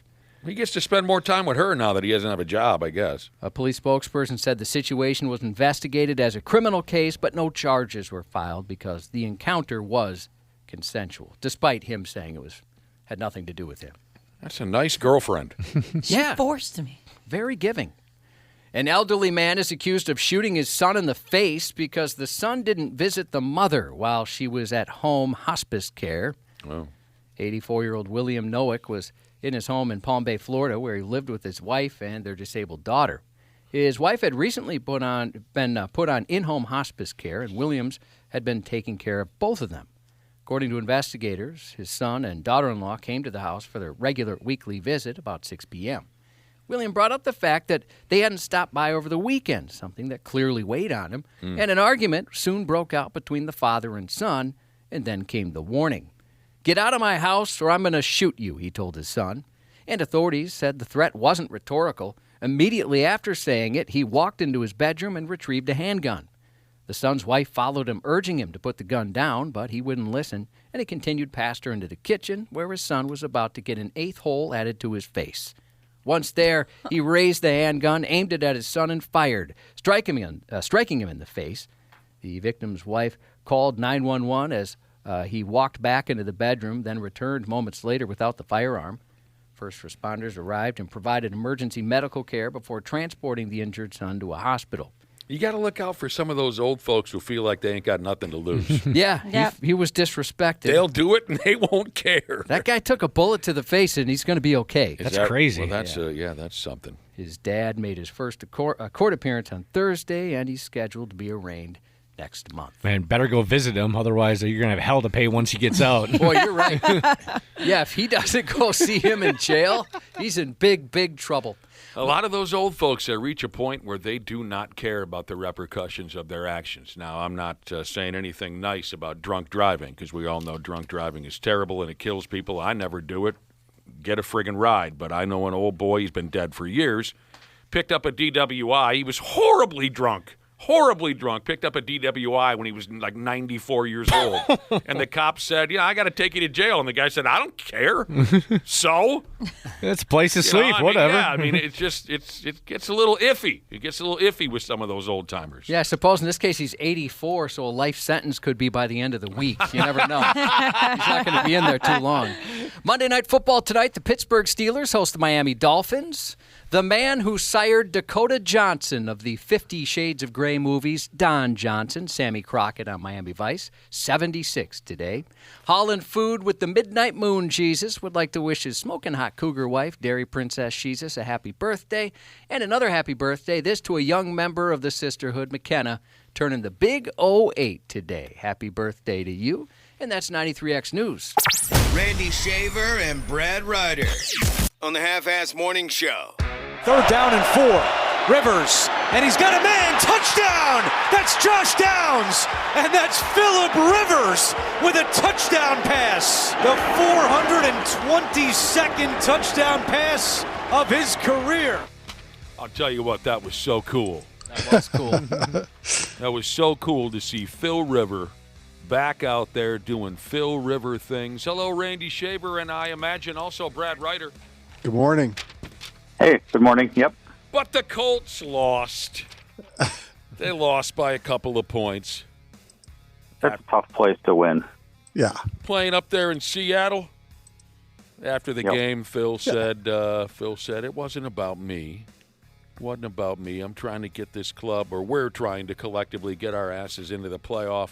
But that was cool to see. So, yeah, Phil out there at 44 years old, he falls in line with Vinny Testaverde and Steve DeBerg. Started NFL games at 44. Still the oldest quarterback to ever start a National Football League game is the lunatic, Tom Brady. He was 45 years, 158 days old. Followed by, once you get out the top 3, 4. So lunatic was the oldest, Testaverde, DeBerg, Phil. Then you go Warren Moon. Warren Moon started a game at 44 years old. Wow. Doug Flutie, 42. Wow. Karen, 42. Drew Brees, Earl Morrall, Brent Favre, and George Blanda all started games at 41 years old. So that was really cool. And we'll see him again whenever the Colts play again, right? They're sticking with him. They're sticking, yeah. Did anybody see the new theory of why he kind of came out of retirement right now? No. So in the NFL, I guess, you get 5 years of health insurance after you retire. And he was on year 5. And we all have talked about how he's got so many kids to take care of. So now that he came back and played, that clock resets and he gets another 5 years of league-provided health insurance. Well, that makes sense. That's a bonus. That's for sure. What a scam. Yep. He's conning all of us. Just coming back once every 5 years. Yeah. What a 63 and he's out there. What a special day it is today. Yeah. Personally, it's day one of our Christmas Ultimate F-Off week. After this week, we'll be gone for a stretch of time so we can celebrate Christmas. But on a grander scale, this is something that all good Americans can appreciate and celebrate. The Kansas City Chiefs are friggin' done. 2nd down, 15, and deep, and intercepted. It's picked off, and the Chargers are going to win, and not the Chiefs out of the playoffs. First time in 11 seasons, the Chiefs will not be in the playoffs. So long, suckers. Don't let the door hit you in the ass on the way out. Oh, man. Isn't that beautiful? Yeah. Yeah. No complaints over here. I didn't think so. AFC is wide open. I didn't think so. The door's open, Brad Ryder. I think the Super Bowl is wide open. I think both sides, AFC, NFC, it's a free-for-all right now. So and makes it fun. Mahomes had his ACL come off. He did, unfortunately. Yeah. Is that right? Didn't wish that on him. That and Micah Parsons. Micah Parsons is going to be out for the season with a torn ACL. Green Bay will still probably make the playoffs, but that hurts their chances to go deep, I think. Everyone's ACL is coming loose. Randy Shaver, when you said about Patrick Mahomes' ACL injury, when you said I didn't want to see that happen, right? Ashley kind of looked at me. To see what you would say? Well, no. She kind of looked at me with the facial expression that tells me that she did want that to happen. Oh, you did not. I'm not sad about it. She's not sad. Come on. Now, that's not nice. It's one thing to not make the playoffs. It's another thing to be hurt and wish ill will on someone. Yeah. Oh no, I didn't pray for it to happen, but I'm not going to cry about She's it. not going to shed a tear. Not sending a card or anything. She's going to sleep just fine tonight. Wow, man. With dry eyes. And a nice. He may not be back for the start of next season. No, he won't be back. Okay, I'm looking at Ashley. Okay, she looks pleased by that. She does. She kind of smiled a little bit. Oh, man. The last time the AFC Championship game did not feature the Lunatic or Patrick Mahomes was all the way back in 2010. Wow. It's going to be nice. That's crazy. I just feel so relaxed. You can sit back and enjoy the playoffs. Yeah. I can enjoy myself. I get it. I get it. All right, I can't say that I... Yes, Brad Ryder? No, I was just going to say the door is open for Dana's Bills.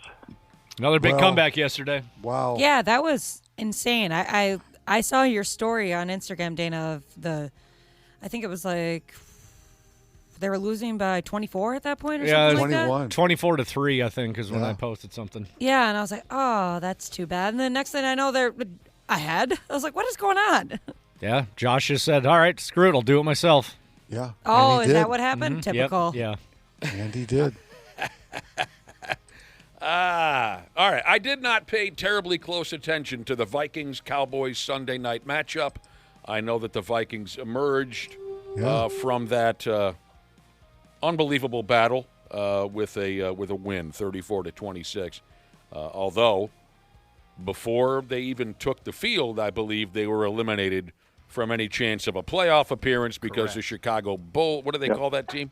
Bears? The Chicago Bears beat Cleveland. So you guys tell me about last night's ball game. Well, first of all, I thought that J.J. McCarthy played pretty well for the most part. He and Justin Jefferson just cannot get on the same page.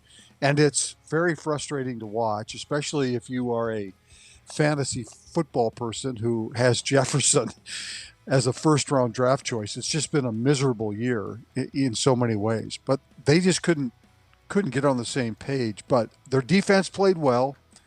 They did some really nice things last night. This is a test run now, these last 4 games, because the pressure's off. They're not going anywhere. Actually, losing probably helps them a little bit in the draft position. But they're running a test run here on McCarthy. Can he handle all these situations? And I think you'll see them go for 4th down and 6 and not settle for field goals, to give him opportunities to play in different situations. Last night was a success, but there's still a long way to go. And if he can prove himself over the last 4 or 5 games, then that allows these guys to go out and spend money on other positions, which they need to do, to come back next year with a better football team. If they have to go out and find a quarterback, a starting quarterback, that's different. And that takes away from, the resources they would need to build other positions. So it's a very important time for the Vikings right now.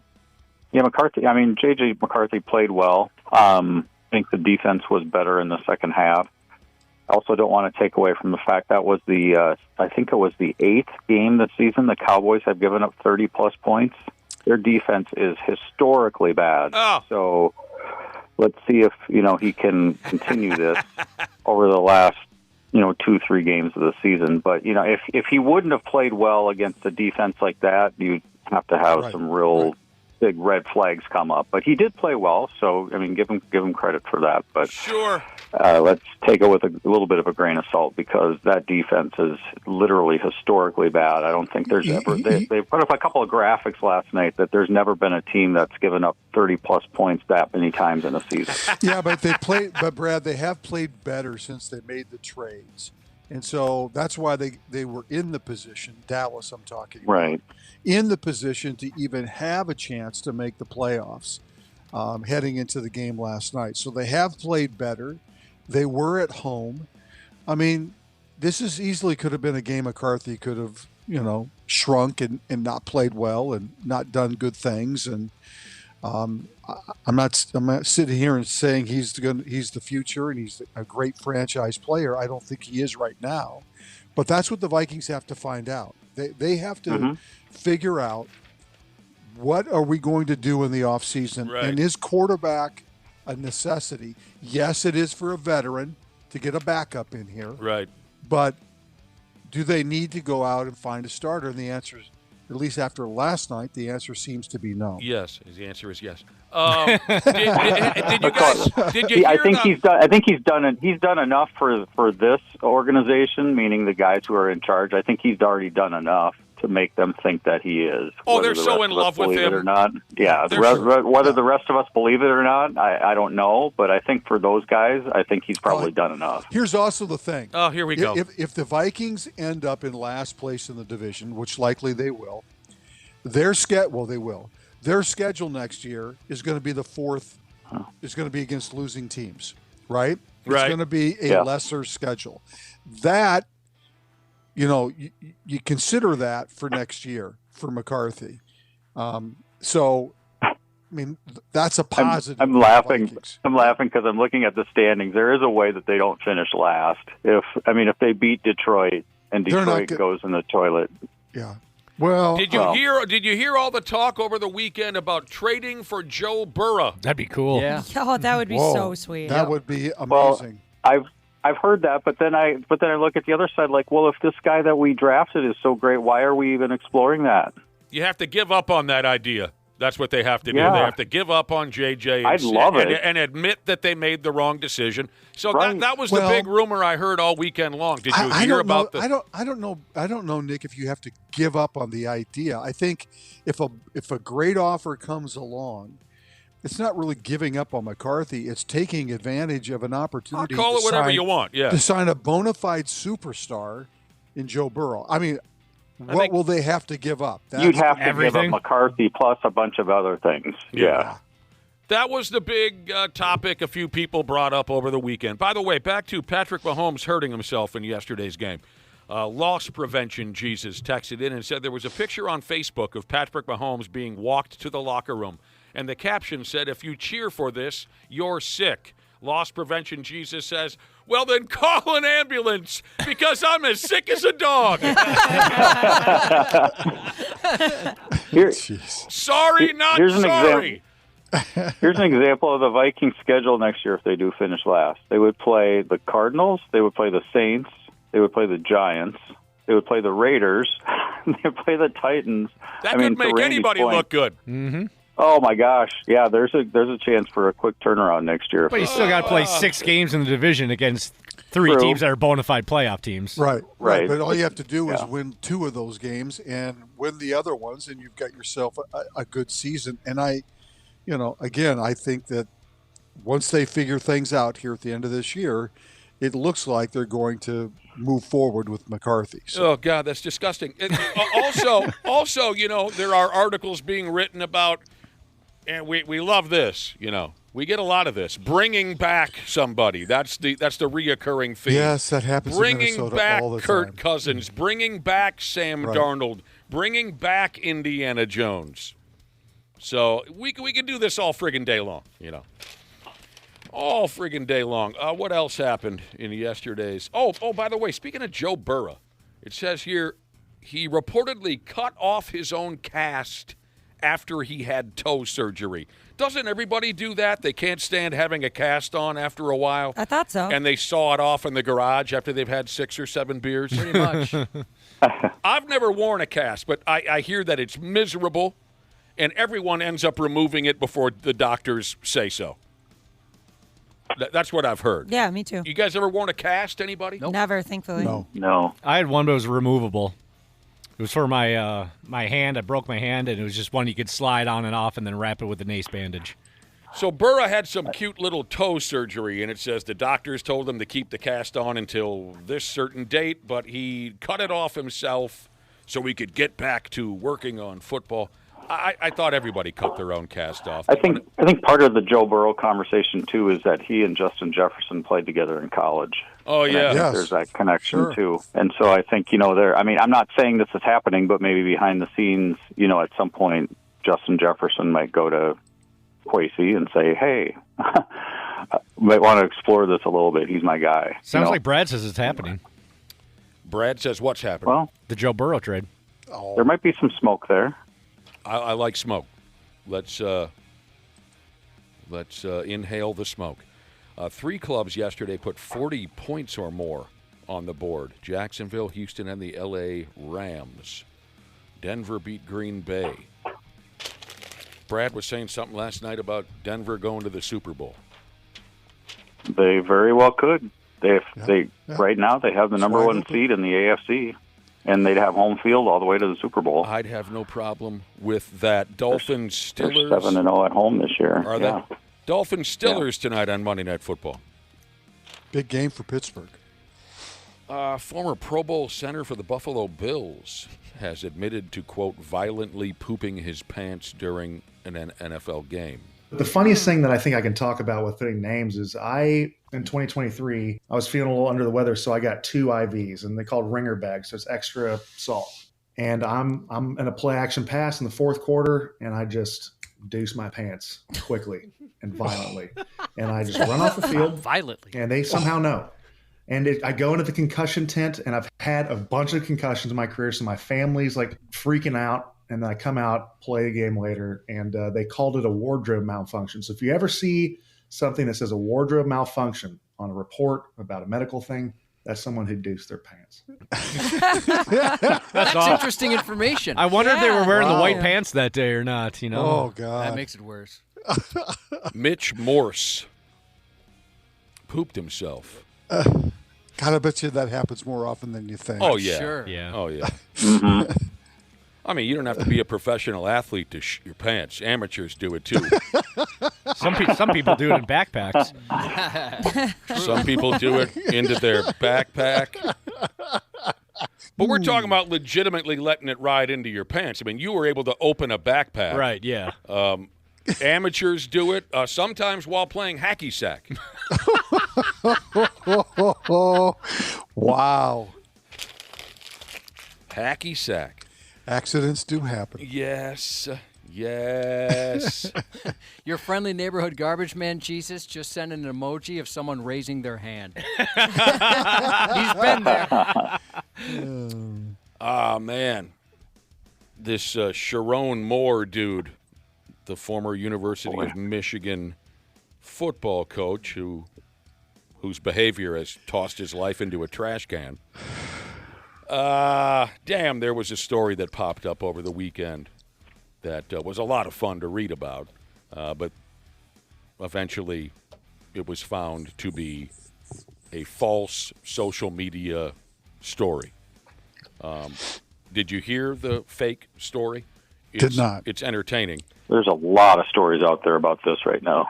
This one would stand out. This was apparently proven to be false. The story was that Sharon Moore offered OnlyFans models season tickets to Michigan football games in exchange for a foursome after they won at a golf event. No. Yeah, like the foursomes you give away, Randy, at your event. I'm sure it was like that. At a golf event? After winning the national championship game 1 or 2 years ago, whenever the hell Michigan won the national championship game. The story was that he and the Michigan team were partying at a hotel in Houston after that ball game, and Moore started calling up OnlyFans women.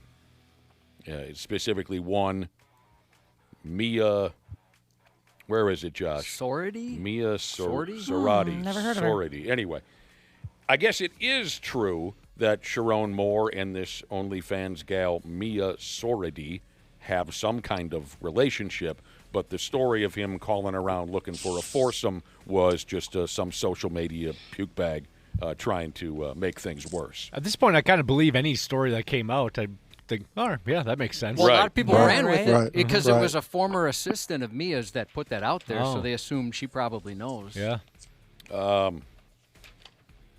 Moore is up against more allegations of misconduct beyond his high-profile suspected affair with that gal that he worked with. At least 2 other women have lodged complaints with the university in the past couple of days, accusing Moore of making unwanted advances toward them during his tenure. The words they used in the story are not good. Words like persistent, unwelcome, and discomforting. What do you think of the idea of John Gruden becoming the next sleazy head coach of the University of Michigan's football program? Saw right up on that. Do you remember John Gruden? Yeah. Unfortunately. I'd say no. Yeah, don't worry about it. Yeah. Don't worry about it, son. University of Indiana quarterback Fernando Mendoza, who helped the Hoosiers to their first #1 ranking, top seed in the 12-team college football playoff thingy. He won the Heisman Trophy on Saturday night. The winner of the 2025 Heisman Trophy is Fernando Mendoza. I want every kid out there who feels overlooked, underestimated, to know I was you. I was that kid too. I was in your shoes. The truth is, you don't need the most stars, hype, or rankings. You just need discipline, heart, and people who believe in you. And you need to believe in your own abilities. I hope this moment shows you that chasing your dreams are worth it, no matter how big or impossible they seem. God bless. Go Hoosiers. Thank you guys all. There he is. Yeah. Indiana's first Heisman Trophy winner. Yeah. That's one instance I know we make fun of the fact where people say, oh, nobody believed in me. And that's one instance where it's absolutely true. Nobody heard about this guy 2 years ago. Yep. Correct. He's won all kinds of other awards, the Associated Press Player of the Year, something called the Maxwell Award, something called the Davy O'Brien Award. This dude is going to drown in a sea of ass before it's all said and done. He seems like a pretty wholesome kid. Ashley liked his style. We ran some audio of him after they beat, who'd they beat? That was such a big deal. Ohio State. Didn't we run some audio of him just goofing? Oh, yeah. Yeah, he's just a goofball. It's hilarious. He's crying. He and seems much more composed in that. He thanked his mom in his speech, and he called her mommy, which I kind of find that kind of off-putting. That's cute. Yeah, I love Was it. he being like funny? No. Consider his mother though in the situation. His mother has MS. Oh, I didn't know that. She's been a huge person in his life. So well, now I want to go walk off a bridge. Yeah. There's a lot of underlying family things with the Mendozas and just her strength and her what she's meant to those Where's Dana to the going? two brothers. So. Dana's looking at his feet and he's just walking. Where are you going? Oh, he's throwing an invisible rope over an invisible beam and putting an invisible noose around his neck. Yeah, dude, you can call her whatever you want, man. I apologize. The University of Georgia is in the college football tournament thingy, right? I believe so. Is anybody? I thought I read the University of. Or maybe they aren't. I don't know. Oh. I don't have it in front of me. I'm sorry. I'm going to go along with it. I can look here, though. Let me just look. Yeah, you go ahead and look. Oh, yeah, it says right here they play. I'm sure they are. Yeah, they play the they won winner. the SEC. They play the winner of Mississippi Tulane in the tournament, okay? Yep. Two of their players, Georgia, University of Georgia, two of their players have made themselves out to be total jackasses. I'm not sure, but you'd think that they might have to sit out their upcoming playoff game for acting like this. Starting freshman offensive lineman Dontrell Glover and running back Bo Walker. And they're both regular contributors to the first-string unit. They were arrested last Friday for shoplifting. Oh, God. What are you doing? kidding? In this day and age of NIL, you have to go shoplift something? They were caught trying to steal a Seal CD from a... Twins, Josh. I read it was a California raisin doll. Yeah. One of them had a Seal CD. The other had I don't know what the hell they were trying to steal. But they were caught for shoplifting as they're leading up to this playoff tournament. What do you make of this? This must be Division II or Division III football. Tarleton State.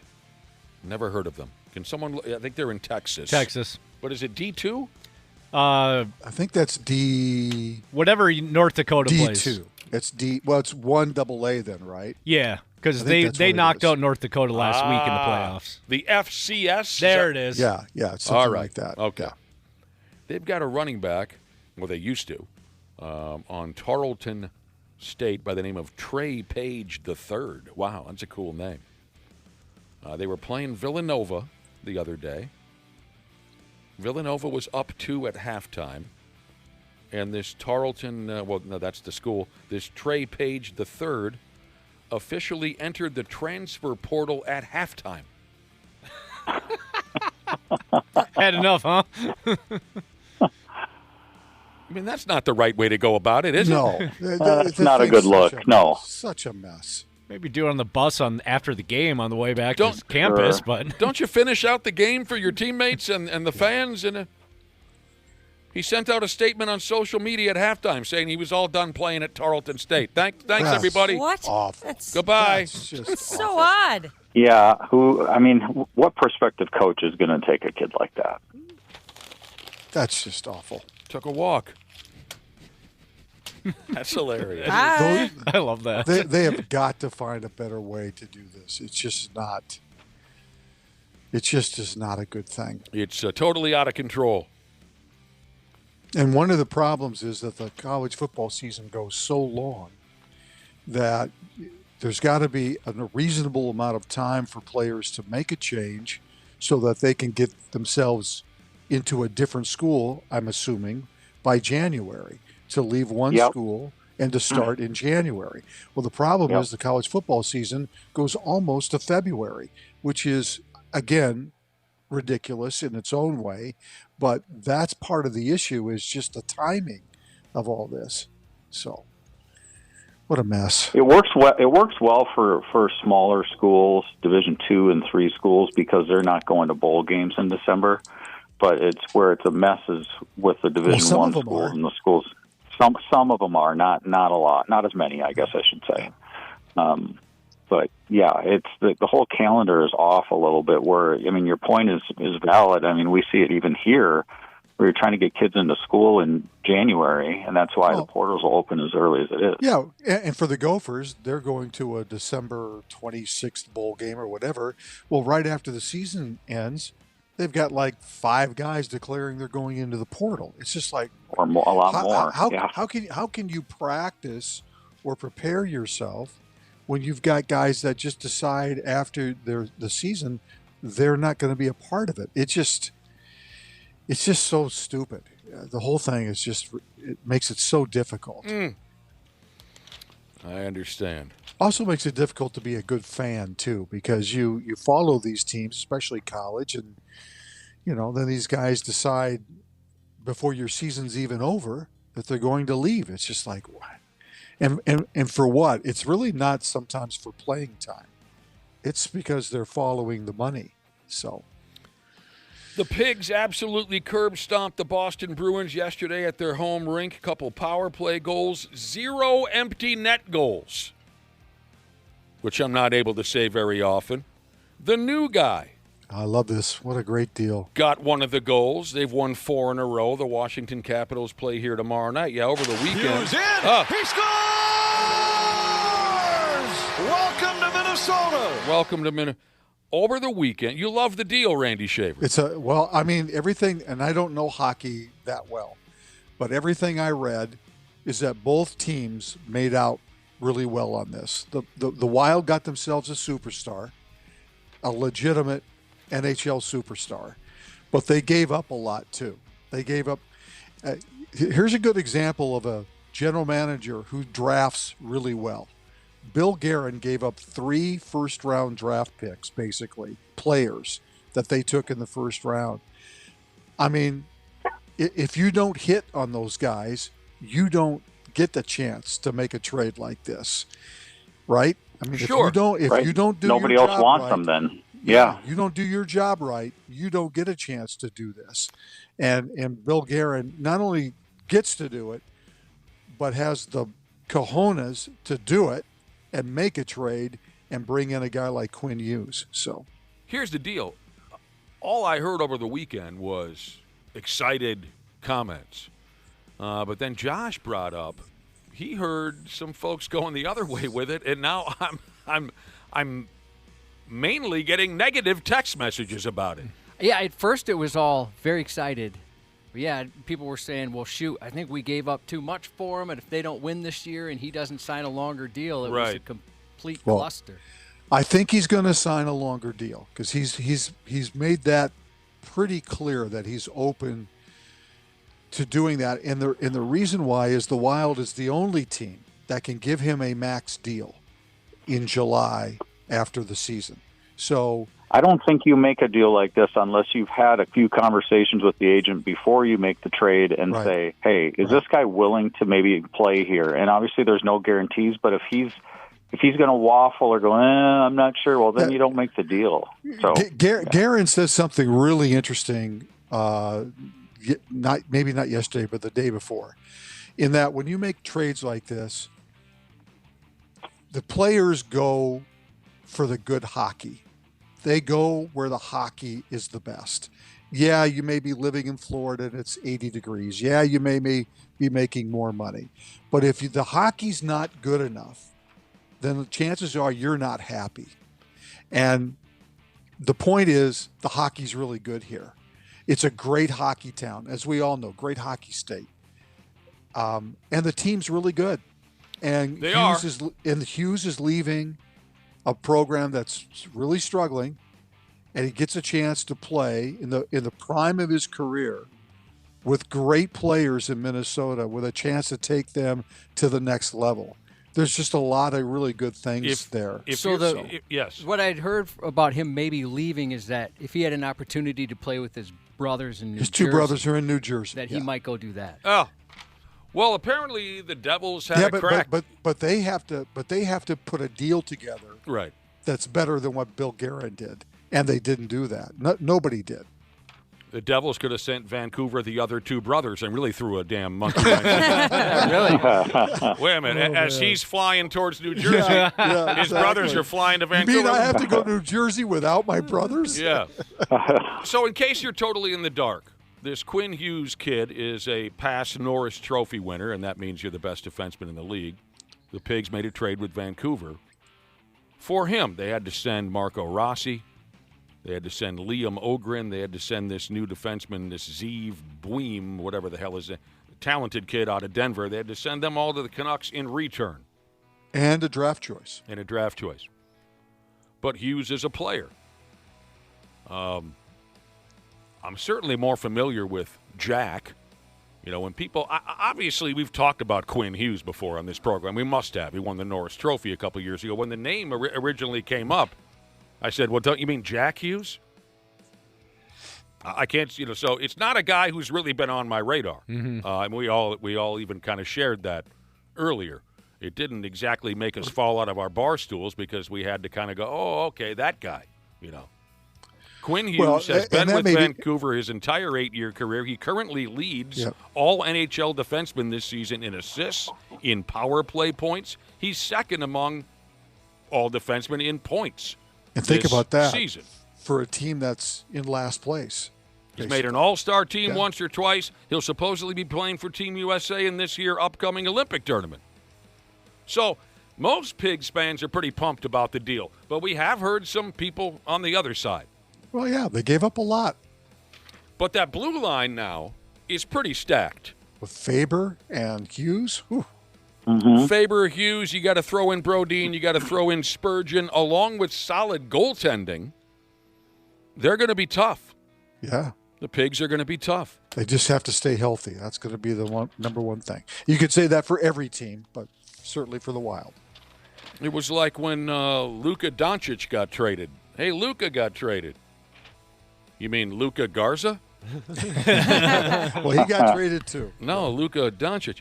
Speaking of the Olympics, Snoop Dogg has been named the first honorary coach of Team USA for the upcoming Winter Olympics, which means nothing. But the television networks and sponsors for the Olympics, they just can't get enough of Snoop Dogg. Yeah, nobody can. They can't get enough of him. So you'll see him a lot here in a month or whenever a couple months away. Yeah, February. Yeah. Well, when he did the last Olympics, kind of the similar role of just commentating, there was a viral tweet that got spread around. Somebody said, my mom just texted me and said, oh my gosh, Snoop Dogg is so funny on the Olympics. And I had to remind her, Mom, you grounded me because I bought his CD with a parental advisory in high school. That changed, man. Yeah, a lot of moms grounded their kids over there. Yeah. This is a little tough to follow.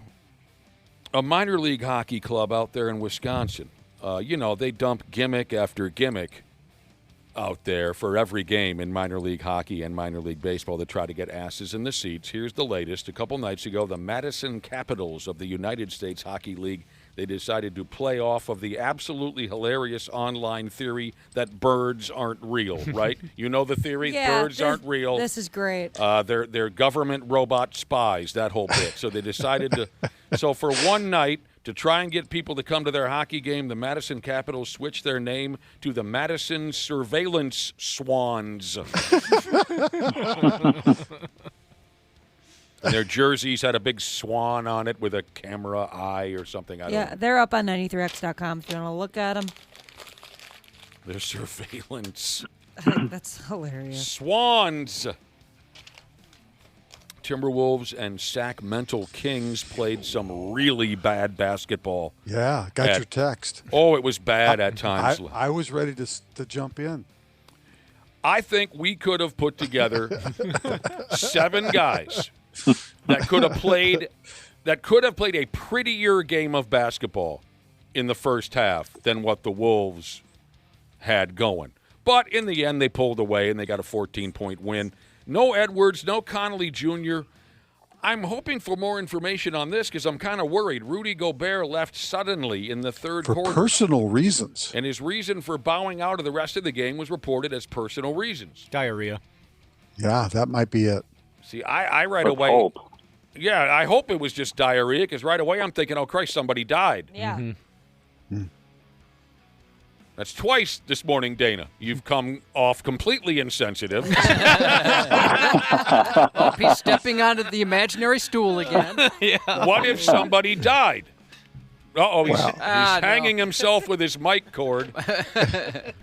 I hope everything's okay with the Rudy Gobert. Next up, they play the Memphis Grizzlies at home tomorrow night. But Ja Morant, bring him. I love Ja Morant.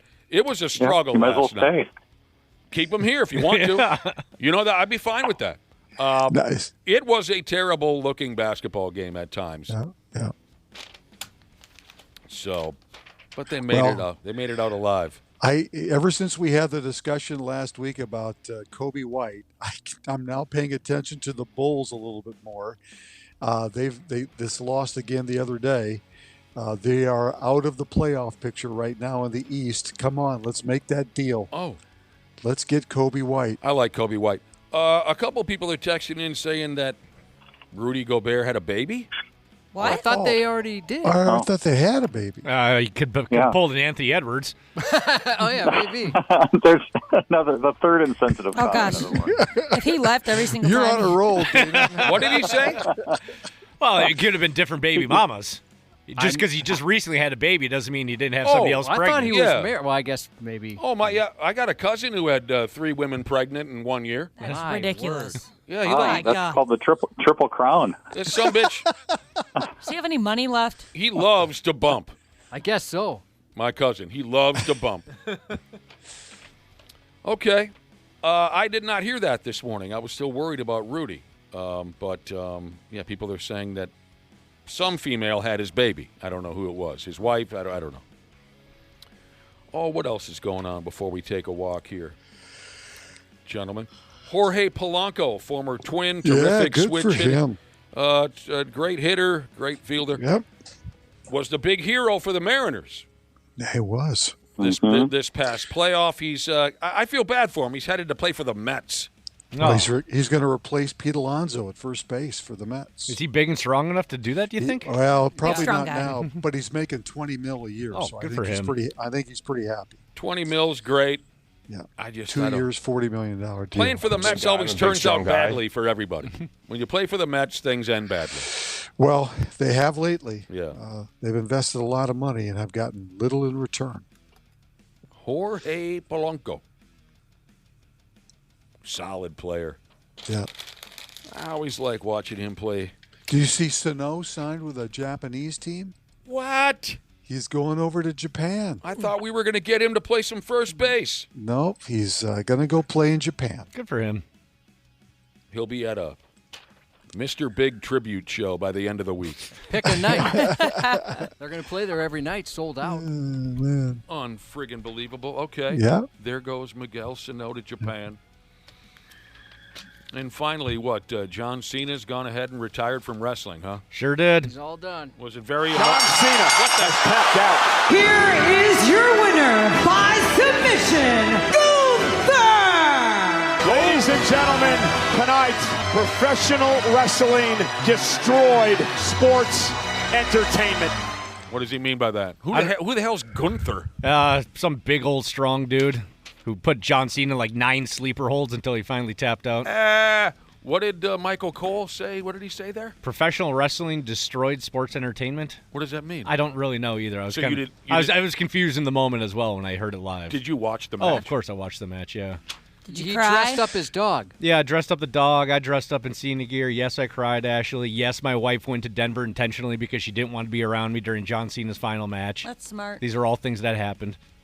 Did It's a big weekend for you with the John Cena match and the Bills comeback. Oh, it was a stressful weekend, Brad. It really was. Yeah. Did anyone in the ring say, "I'm sorry, I love you"? They did not. But I was at that match in Orlando, Florida.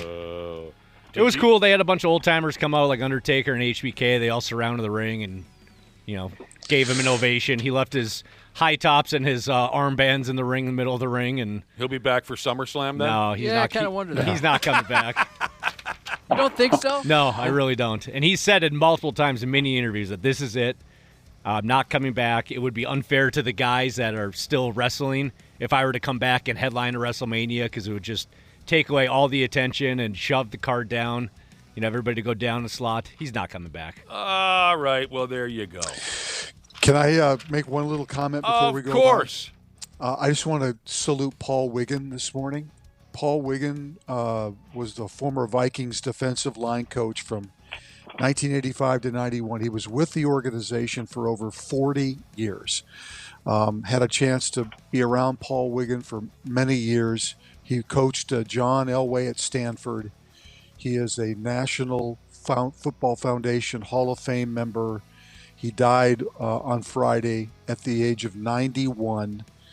There's a lot of people in the Vikings organization who just absolutely love Paul Wiggin for the things that he did with this organization and who he was and what he represented. There's a nice article about him on ESPN.com this morning. But I just wanted to salute to Paul Wiggin. And you don't get people like him very often that stay with an organization for 40 years in different roles, because Paul was a coach, he was a scout, he did so many different things in the Vikings organization, but he was truly one of those just super nice guys that always had time, and I just sad that he's passed away, but man, what a legacy. I'm sorry to hear that. Paul Wiggin. Yeah. Worked for the Vikes back in the 80s. So who was he working under defense? Who was that bald defensive coordinator that was so good for many years? Oh, Peters. Floyd Peters. Floyd Peters, yeah. I'll be damned. Yep. Well, there you go. Thanks, gentlemen. You bet. The 93X Half-Ass Morning Show. Dana here. Time to hit up my friends at Standard Heating and Air Conditioning and get that furnace cranked on and get it winter ready. Don't roll the dice on your furnace. Time to prep and protect. Book that tune-up today at standardheating.com. That's standardheating.com. Kick off the holiday season with the perfect gift for the soccer fan in your life. Head over to store.ussoccer.com and explore a wide range of official U.S. soccer gear and merch. Whether you're decking the halls or hitting the field, we've got you covered. Show your true colors and share the excitement of U.S. soccer this season. Visit store.ussoccer.com today and score big with your holiday shopping.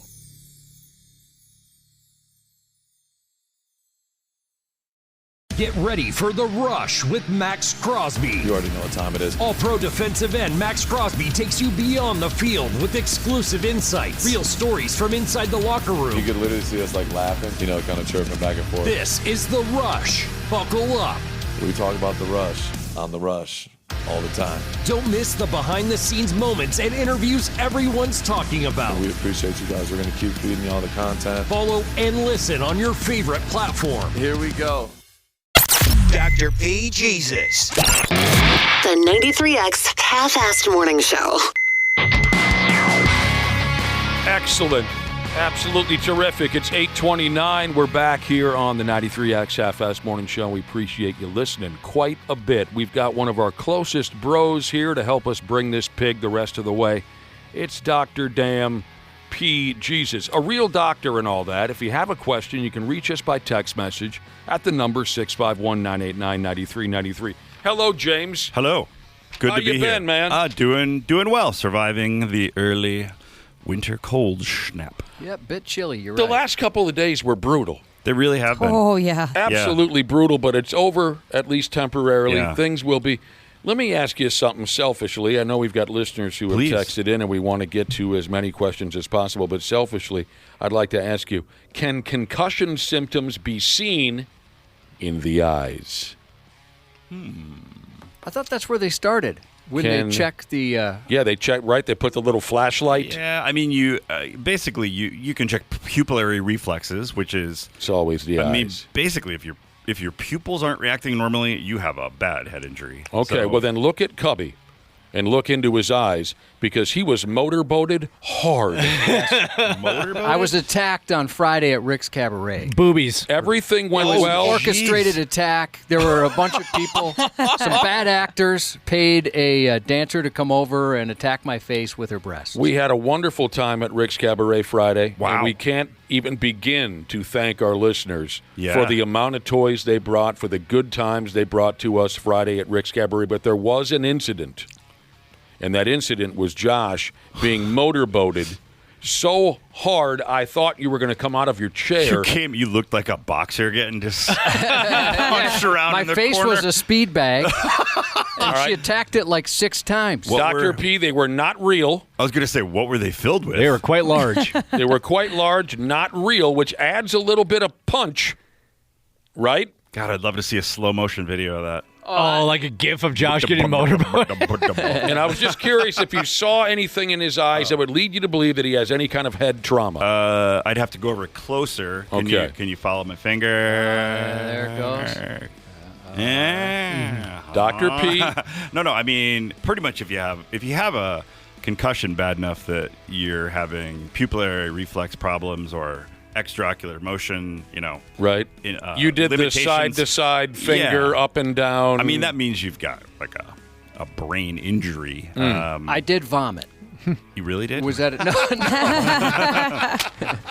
But I was very uncomfortable. He was so nervous, to say the least. I mean, right? That's physical discomfort and emotional discomfort, I assume. Before we move on to questions from our listening audience, this was such a Josh moment where afterwards, there are some guys who go to the boom boom room and have that happen. There are some guys that go to the boom boom and have that gimmick thrown at them 20, 30 times in a night, right? Mm-hmm. The motorboat party, the gal sitting on your lap and destroying you.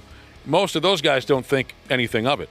After that happened, I want to remind folks that Josh said this out loud. He said, well, I didn't wake up this morning planning on cheating on my wife. I also was groped. I forgot to mention that. Really were? It was by me, though, so it was a little bit different. Yeah. What did she grab on you? You know what a penis is? I've heard of it. Well, She really did? She sat on my lap, and I had my phone in my pocket, and I said, hey, by the way, that's my phone you're sitting on. And she's like, oh, so then this is your, and she said a real naughty word. Jeez. For male genitalia. Oh. Is that standard treatment at a place like Rick's, or were you getting special delivery? I'm not 100% sure. I don't know either. They'll grab your wad. Really? No, I did not know that, Cubby. I'm sorry, because I know this kind of thing is going to stick with you in a negative way until the day that you die. But I'm sure you were not a willing participant. So that in my opinion, absolves you of all, guilt. I appreciate She that. whooped his ass. Okay. She did. Questions from our listening audience for Dr. P. Jesus, and thank you for texting in. Can a player catch pneumonia? How does he say this? Our boss has had pneumonia for a couple of weeks now. Oh. The company says it's not contagious. Should I stay away from the sumbitch? Couple of weeks. I'm sure you know about when something like that is contagious and when it isn't. There's a time frame, right? Yeah, I mean, it sort of depends what you have. I mean, so the big difference is, does the person have a viral infection or a bacterial infection. Oh. I mean, viral is usually, that's what a cold is, that's what COVID is, that's what the flu is. So a lot of acute respiratory illnesses are viral, and they tend to be very, very easily passed to each other. Yeah. Especially in the early phases. Pneumonia, typically when you get diagnosed with pneumonia, it's more of a focal infection in the lung that is from bacteria, and that can happen often after a viral infection. But so by the time you get diagnosed with pneumonia and it's bacterial, that's not something that is as transmissible. So, I mean, I'm not sure if that helps because... Well, I can tell you my son had it, and nobody else in the house got it. Yeah. But once the doctor said this is pneumonia, I did kind of jump and run to the other room. Yeah, and so she it's said, sort of "You're like... good." So if someone's diagnosed with pneumonia today, it's more likely you would have gotten something from them maybe a week or two ago when they had probably a viral infection and they were earlier in their illness. That's not to say it's not possible. I mean, there are viral pneumonias. But yeah, and so some of it's just like the nomenclature when bronchitis is typically viral. It can be bacterial. So sometimes people just leave a doctor's office and they say, I have pneumonia. They may have a viral infection. But yeah, I'd say that's funny that the company's saying it's not contagious, but get to work. Right. So it depends exactly what's being diagnosed. Okay. But yeah, stay away from the guy. I mean, it's probably better. Yeah, usually you got an excuse to stay away from the boss. Exactly right. Don't call me. Don't text me. It could come through the. I don't take any chances anymore. I don't take any chances. It's. I mean, if COVID taught us anything, I think it is to be. It's not unreasonable to expect people to keep their distance when they're sick or wear. I mean, God forbid, wear a mask. Because prior to that, in this country at least, people would just go to work, go to the mall, go to the grocery store, coughing and hacking. Sick as a dog. I think other countries have embraced taking responsibility for preventing spreading your own disease to other people better. But you still don't see too many people wearing masks, and I think you just are more startled when you hear someone coughing in public now. Like, dude, what are you doing? I get so angry I get pissed when off. someone comes around me and they're sick and they're like, oh yeah, I'm just not feeling great. Why are you near me? Right. It's allergies. We had somebody over the weekend too that was like coughing and sneezing like crazy at our house. I thought, for God's sakes. Right. Why? Yeah, What's wrong with you? You used to not think much of it. No, and I used to think unless you're on your deathbed, you should go to work. And now that's completely. If somebody comes in here and sniffles, it's like, why are you here? Get out of here. Yep. You need one of those that game Taboo. Do you remember that game? Oh yeah, I love the that buzzer. Game. You just have that buzzer for a lot of things, but that would be one of them. Like, you're leaving. Right. I mean, didn't you guys feel the same? Like, oh yeah. Unless you just can't even move. And that's kind of the stand. I mean, even then, you should have maybe come into work and do something. I used to come to work sick. We've all come to all work did sick. forever. Now I would never do it, and when someone does it, I get angry. What are you doing here? There were times we were here, and like as soon as the commercial started, we're throwing up in garbage cans. That's true. We used to barf in garbage cans. It's like, all right, not anymore. Okay. Bacon loving craft beer snob Jesus said, I'm 39. I work in drywall for a living. Broke my wrist when I was 16. Every now and again, it doesn't happen very often, but the wrist starts throbbing like a mother effer. It gets sore and feels like there's no strength, but it goes away after a couple days. And then it's months before it happens again. Is there a particular reason why this is happening and anything I can do for a remedy as I work? So broke it at 16. And he says he's 39 now. Yeah, I mean, oftentimes when you break a wrist, the classic mechanism is the foosh, fall on outstretched hand, and yes. that's just the mechanism. So, is there a foosh bag? I have not heard of that. Okay, but often with that, you will also get ligament injuries or cartilage injuries because depending on what you mean by broken wrist, it usually means the end of the arm is broken. Sometimes it can mean a small bone in the wrist, the scaphoid was broken, and occasionally that's not recognized at the time. It's a notoriously sneaky little fracture that is often not visible on an X-ray initially, but if you have persistent pain and it's not addressed, basically because of the anatomy, the blood supply is not fantastic to that bone, and the bone can kind of shrink or scar, and So he could have had some sort of injury like that would cause persistent pain. More than likely, if it hasn't been chronic, it's some kind of a ligament injury that happened. It's usually over the most common area is the side of the wrist over towards the pinky.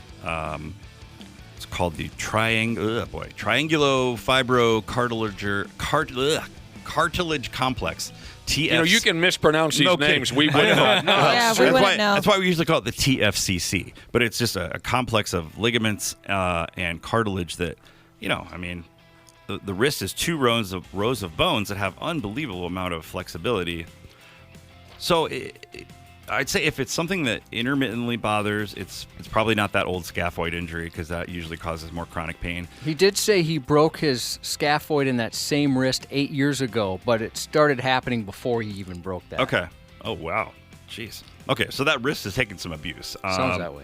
I would, if you're having intermittent pain, I would see, you could go see an orthopedist, but you can honestly go see a hand therapist, and they can probably give him some exercises to use on a regular basis. Obviously, drywall, that's incredibly difficult on your hands and arms. That'll whoop your ass. Yeah. And there may be some sort of if they can localize where the pain is, there's some, very subtle little braces that can basically just cause or provide a little bit of like pressure around those bones that can help prevent pain when people are having problems. If he's really having recurrent problems, an orthopedist can inject that area with a steroid. Mm-hmm. And if it's becoming something that's truly interfering with work, then that's when you would want to see a hand surgeon and probably get an MRI. It's like that old football injury that won't go away. Yeah. Right? Yep. We're here with Dr. P. Jesus. He's taking questions from our listening audience. The number is 651-989-9393. That's our Luther Bloomington Kia text line. How about this, Dr. P? Here's a unlucky bastard who had his gallbladder removed a couple years ago. Is it true without a gallbladder you're more susceptible to kidney stones? You know anything about that? I'm trying to think. I don't think of that as being... Well, you made a face that led me to believe that you've never heard that before, and if you've never heard it before as a legit doctor, it probably isn't so. Yeah, I don't think it's a common thing. I'm trying to think of... because kidney stones are typically calcium-based. The gallbladder is involved with bile from the liver that helps digest fats. So it's not a common thing. That's probably one of those things I'll look up during the break and see if there's any association that I just have never thought of. Sure. It's possible. Yeah. It's possible there is something you don't know. It's absolutely possible. Yes. There's a lot of stuff it could be. There's a long list of things I don't know. But it's not if you talk to someone about having their gallbladder out, that's not on the list of probably the top 50 things you would mention, even if it's on a list. All right. But you're okay. Yeah. All right, this is, I don't have a Jesus named Jesus. Lost feeling in the corona glands of the penis. Oh. Let's see. He said this happened about 2 years ago. He's you know circumcised, 54. He is circumcised. He is. Why? Is it too much sex? How can I fix it? Everything works fine, just doesn't feel like it used to. Where are the corona glands, Dr. P? Did he say corona glands? That's what he said, glands, yeah. He said it's the rim/hood. It's the crown. Yeah, the corona is the head of the penis. Oh, my God. That would be the Interesting. Is that why I'm always trying to put a lime there? Ow, that would hurt. I've never heard somebody call that decreased sensation there. Boy, anytime people have... Are you sleeping on it? Yeah. Can have your you been to penis go Rick's numb Cabaret like your arm Yes, it does? can. Really? Yes, it And then can. when it comes back to life, does it tingle like your arm does? Not really. Josh and I both have put our own testicles and penis to sleep before here at work by sitting on it wrong. Yeah, these chairs, they'll get Yeah. you. Yes, it does. That's why we sit so far back sometimes, Ash. Diabetes is the thing that I at least pops into my head. Oh, really? It can affect your wiener? Well, it causes decreased sensation of extremities. So, in your feet, you may not notice it so much because people aren't necessarily playing with your feet all the time. Right. You're not expecting them to do anything. So not to. I mean, it's a simple thing to check into. Do you have diabetes? It's a blood test. Wow. Other than that, I mean, there's other nerve issues, but again, isolated to the penis seems really odd. Doesn't it? It does. Yeah. But yeah, I mean, some sort of an injury or. Is he just using it too much? That was one of the things he asked. Maybe. Maybe add some lube. If there's too much chafing going on, I don't know. Well, the diabetes thing's kind of scary. Yeah, it's just, and again, it's it causes peripheral neuropathy and it causes sexual dysfunction. I mean, it may just, and they didn't. Did they say whether they were circumcised as a kid? They didn't say that, right? I'm just assuming they did not say when. Yeah, I mean, if you weren't circumcised and then for some reason you were having problems and were circumcised later, then I think I think a lot of us guys mourn the loss of our foreskin before we had the ability to say, I'd like to keep that. Because I understand that it offers increased sensation for sexual activity. Is that right? That's disgusting. And it is kind of weird when you think about the fact that we do that to little boys. He has responded real quick and says he does not have diabetes. Okay. Well, then maybe you're sleeping on it. Josh, what do you think of this little tune here? A listener texted. Go get it looked at. Get your the head of your penis looked at, the corona glands. A listener texted in with a little poem for you.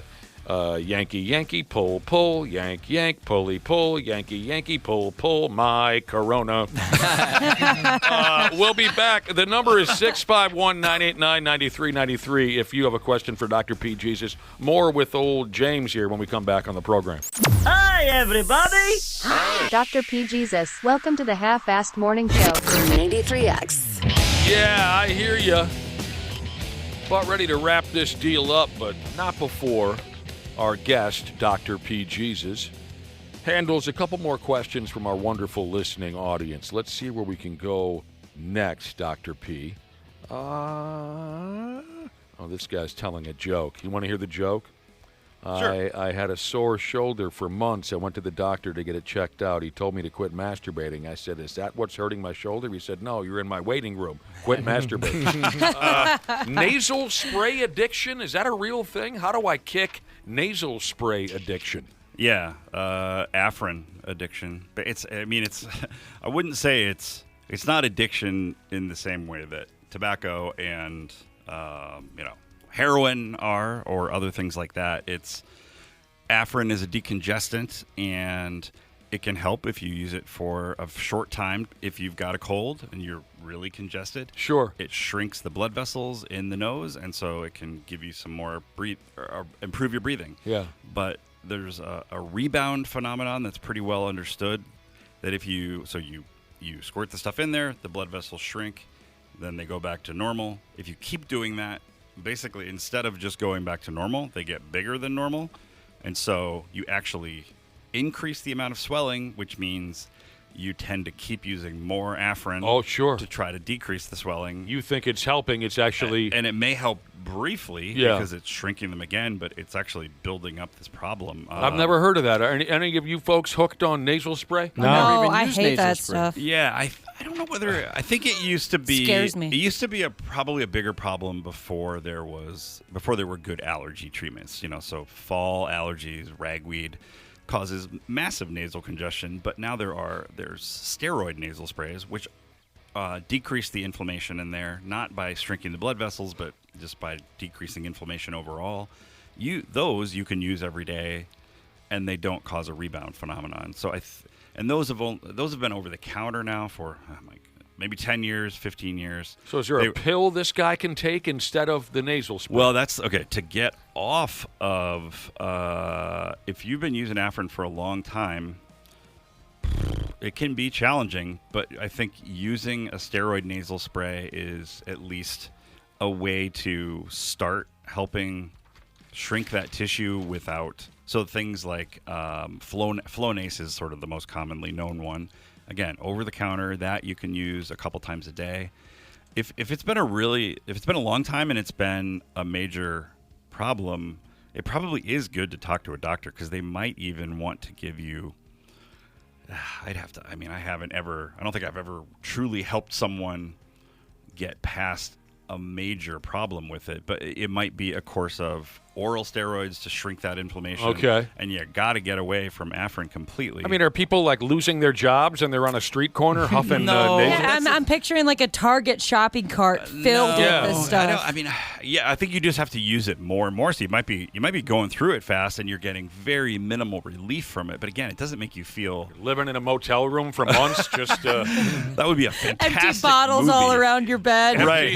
Haven't seen your parents in weeks. You tape all the windows up so no sunlight gets. That's something I've never heard of that before. Yeah, but it's pretty miserable though, because then your nose is just completely blocked up all the time. And good advice. The gallbladder removal and kidney stone question.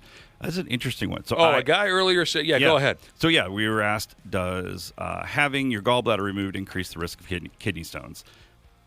There is some evidence of that, but for a longer period of time, there's been some evidence that having gallstones increases your risk of also having kidney stones. I don't think that's well understood. So obviously people who have gallstones are more likely to have their gallbladders removed, I don't know that it's clear it's the gallbladder removal that's the problem, or it's the fact that you already had gallstones that's the problem. So it's an interesting question. It seems like there was sort of a study last year that was kind of proposing this relationship. The problem is if you have gallstones that are causing, significant enough pain that you're disabled by it, and you can also have severe complications from gallstones because it can block ducts that drain your liver, and you can get unbelievably sick. So you need to get your gallbladder out if you need to get it out. But maybe there will be some better understanding over time. Okay. Yeah, that was a new one to me. Fair enough, bruh. Controller Jesus has had carpal tunnel for about 4 or 5 years, which is getting worse with losing feeling and some pain. Are there long-term repercussions of pushing off treatment? So carpal tunnel is when the median nerve, which goes down through those wrist bones to basically your thumb through the ring finger, just one side of the ring finger. Those fingers can have numbness, weakness. Yeah, the more that nerve is having symptoms, especially if they're not going away, it can represent permanent damage to that nerve. So people who, maybe over the weekend they use a hammer a bit, they're doing some stuff around the house, they may have symptoms for a few days, it goes away, they're probably okay. But if you're getting to the point where it's either never going away or it's, really flaring up, you do put that nerve at risk. So that's when you do want to go at least see your primary care doctor. There are some simple things you can do. Wearing a simple wrist splint at night that helps you from bending your wrist when you're sleeping, because that presses on the nerve. Hand therapy, again, I feel like we brought up hand therapy multiple times today, but hand therapists can do a lot of good. But the surgery these days is pretty slick. I had that a couple months ago. What happened to you? I was having persistent symptoms that got worse after the chicken roasting event. I know. I remember you were kind of cramping up. The thing is, I had it. Before that, it was actually really... You were dishing out so much carcass that your carpal tunnel flared up. It's a great story. You're working your ass off. It actually was good that it happened, because I finally just went ahead and did the surgery. But they do the surgery in the office now. You just have local anesthesia. You don't have to get a pre-op.